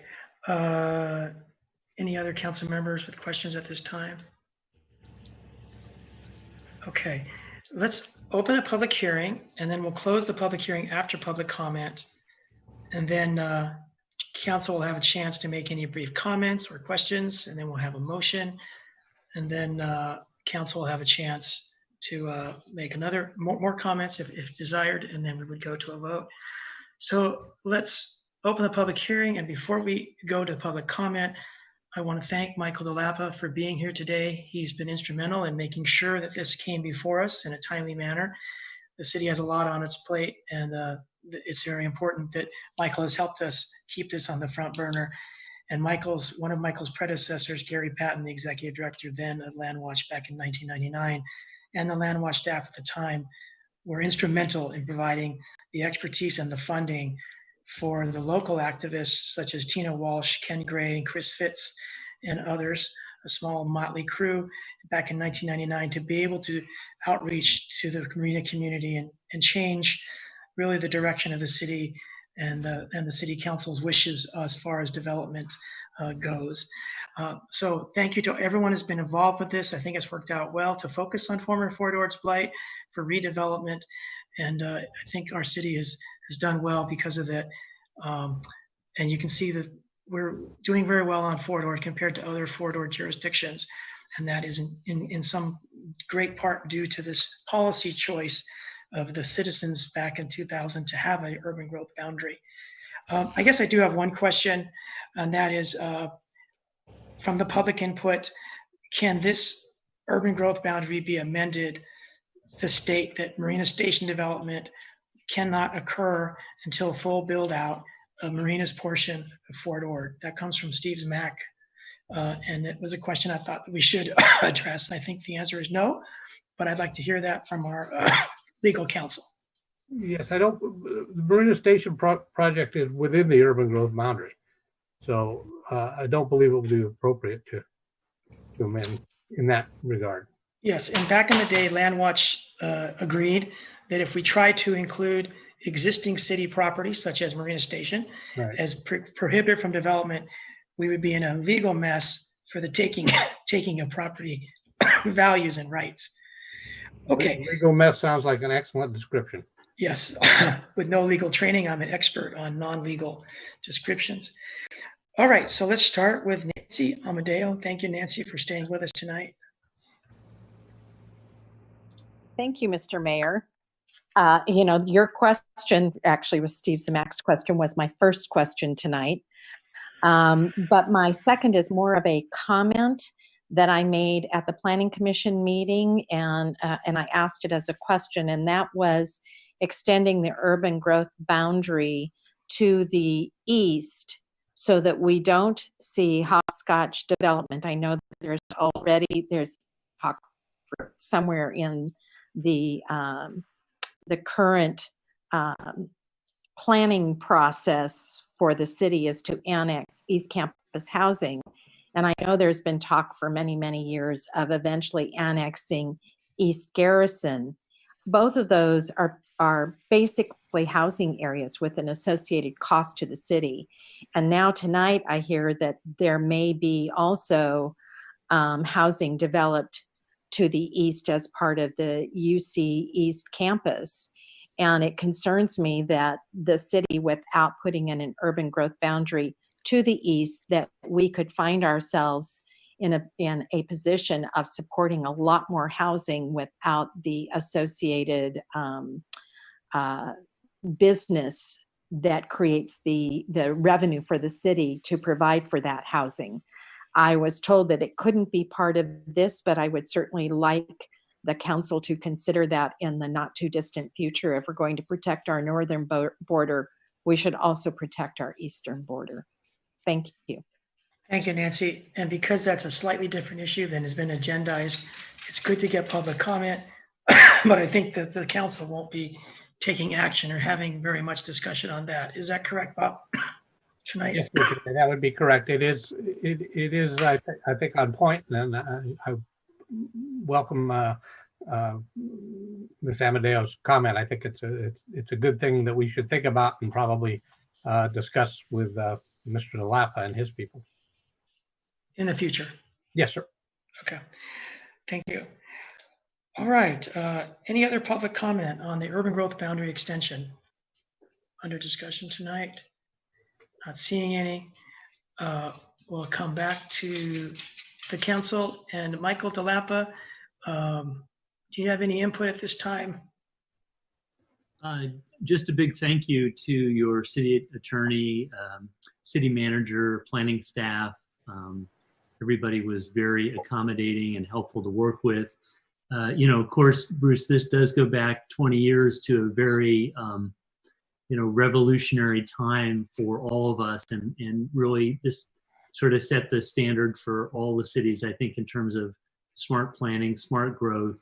Unfortunately, others have not followed, but I do think that this was a very, very important precedent. And, Chris Fitz went on to become executive director. Ken Gray was on my board for many, many years. He was a lovely, wonderful supporter of Land Watch and a wonderful supporter of the city of Monterey, or City of Marina. So anyway, so I've got just great feelings for what we're trying to do, and anything we can do to help, we're happy to. So thank you. All right. Thank you very much, Michael, for all the time you put into this. And it has really come to the benefit of Marina in various ways. And I think that's one reason why Marina has a really good reputation for sustainability and land use planning and having good staff and good council members, because this is one example that really shines bright and has driven our land use development in a good direction. So thank you, Michael, for your help, and everyone else at Land Watch. We look forward to the ballot, the campaign, because it's not over until it's over, right? Yep. Mayor, motion to go till 10:05. I'll second. Does any member of the public wish to comment on the motion to extend to 10:05? Not seeing any. Come back for a vote, please, Anita. Councilmember Berkeley? Yes. Councilmember Urrutia? Yes. Councilmember O'Connell? Yes. Mayor Pro Tem Morton? Yes. Mayor Delgado? Yes. Thank you, everyone. And we'll talk about the rest of our agenda as soon as we have a vote on this matter. Can we please have a roll call, Anita? Did we close the public hearing, Mr. We Mayor? did. We did. Okay, thank you. What are we roll calling on? The motion. Oh, sorry. I'm so sorry. It would be a motion, yes. Right. And that would be to adopt the resolution that is attached in your staff report as Exhibit A. Yeah, so I'll make that motion to adopt the resolution. I'm sorry, yeah, the resolution in front of us to extend the urban growth boundary of the city of Marina to 2040, and subject to a final review and approval by the city attorney, and request the Monterey elections to conduct that election. Second. Okay, any final council comment before we go to a vote? Anita, if you could please give us a roll call. Councilmember Mayor, Berkeley? might I make one quick comment? Sure, Lane, go ahead. Go ahead, Lane. And this was brought up by, I think, one of the comments by Steve Zmack, and we had this discussion with Michael DeLapis. And even if this boundary gets in place, we still have to remember it's still in county property, and county right now zoning is not going to allow housing or development, but we have to be vigilant on this and need to stay out in front of this. One alternative would be to annex the property into where the the city potentially had control of that. And there's a whole other set of benefits or pluses and minuses with that. And so just want to get council aware of that even with this boundary in place, the county still kind of has a say on the land. Right now, it is what it is. We know in talking with Ramco, they have no desire to develop that property. They're making good money off of their strawberry fields, and that's their plan at this point, but just to make you aware of that. Thank you. And that is consistent with Steve's comments and Nancy's comments to some degree. But as Bob mentioned, that definitely is appropriate for a near future discussion. Thank you, Lane. Okay, Anita, can you please give us a roll call? Councilmember Berkeley, Yes. Councilmember Urrutia, Yes. Councilmember O'Connell, Yes. Mayor Pro Tem Martin, Yes. Mayor Delgado. Yes, thank you everyone for that vote, 5-1, 5-0, unanimous approval. It's a great it's a great issue to continue. We have important items on our budget, and the loan program adjustments. We're toward the end of our evening. I would suggest we continue tonight to some extent, or we meet very soon. We do have people waiting to talk on the budget that have been here. So council, do we have some ideas whether we continue tonight to some extent or continue to a near date certain? I would prefer to continue to a near date. Okay. You know, with respect to everybody who has come here tonight and wanting to speak on this budget, I just think in order to do justice to this conversation, we're going to need an hour or more. And I don't know if we really have the steam to go till 11. Guess what I think? Where I'm at, it's 11 o'clock already, so. So Frank's okay to go. Just kidding. Okay, how are we set for next Tuesday, Lane? I don't know about next Tuesday, but let me, what we had talked about, and really, we don't have to adopt anything with this budget. We got all the direction that we needed from council. Legally, we already have a budget adopted in place. What we had talked last week with council that we really weren't going to bring any amendments back to the budget until July 7th. What we put on here, what we told the council is we would just put on what you had requested for your add-ons just so that you could get it out in front and make sure that we had what you wanted. But our real plan was not to even change until July 7th. I understand that, Lane, and to make those changes, it probably would benefit from public comment. If we get public comment on July 7th, we may need staff to look into how to accomplish those suggestions if council agreed. We also have some follow-up language on the loan program to make that available to more businesses. So is there any objection to everybody meeting next Tuesday to finish this agenda that's unfinished tonight? Okay, not hearing any objection, I'll motion that we adjourn this meeting to next Tuesday at 6 p.m. Second. Okay, I'll motion an additional motion that we go until 10:08 to accomplish this vote because we have to go to public comment on the Tuesday motion. Second. Second. All right, any public that wants to comment to the extend to 10:10 for being able to vote on the current motion to meet again next Tuesday? I know it's a little confusing. We have to do this. We'll come back to council. Can we have a roll call, please, on extending it until 10:10 tonight? Councilmember Berkeley. She says yes. Councilmember Urrutia, Yes. Councilmember O'Connell, Yes. Mayor Pro Tem Martin, Yes. Mayor Delgado. Yes, that motion passes. We'll go to public comment on the motion to meet again next Tuesday night to cover the budget and a couple other unfinished items on tonight's agenda. Nancy Amadeo, please go ahead. Thank you, Mr. Mayor. I just want to say I appreciate this. It's very hard going to 11 o'clock or later. I appreciate the fact, even though I want to speak to the budget issue, that we will be meeting again next Tuesday. Thank you. Thank you, Nancy. Kate Daniels.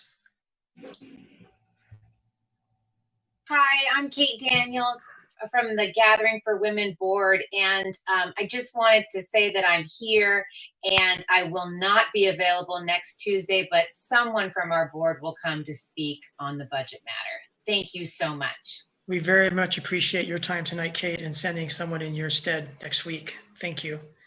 Will do.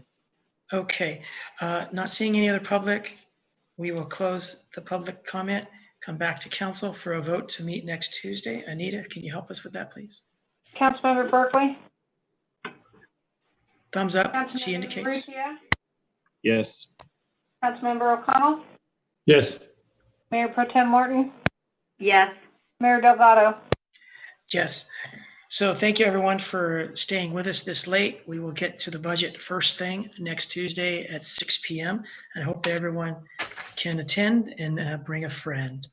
All right, thank you everyone. This was a very good meeting. Thank you staff. Thank you everyone at the UC for the progress made tonight, although it wasn't the full agenda.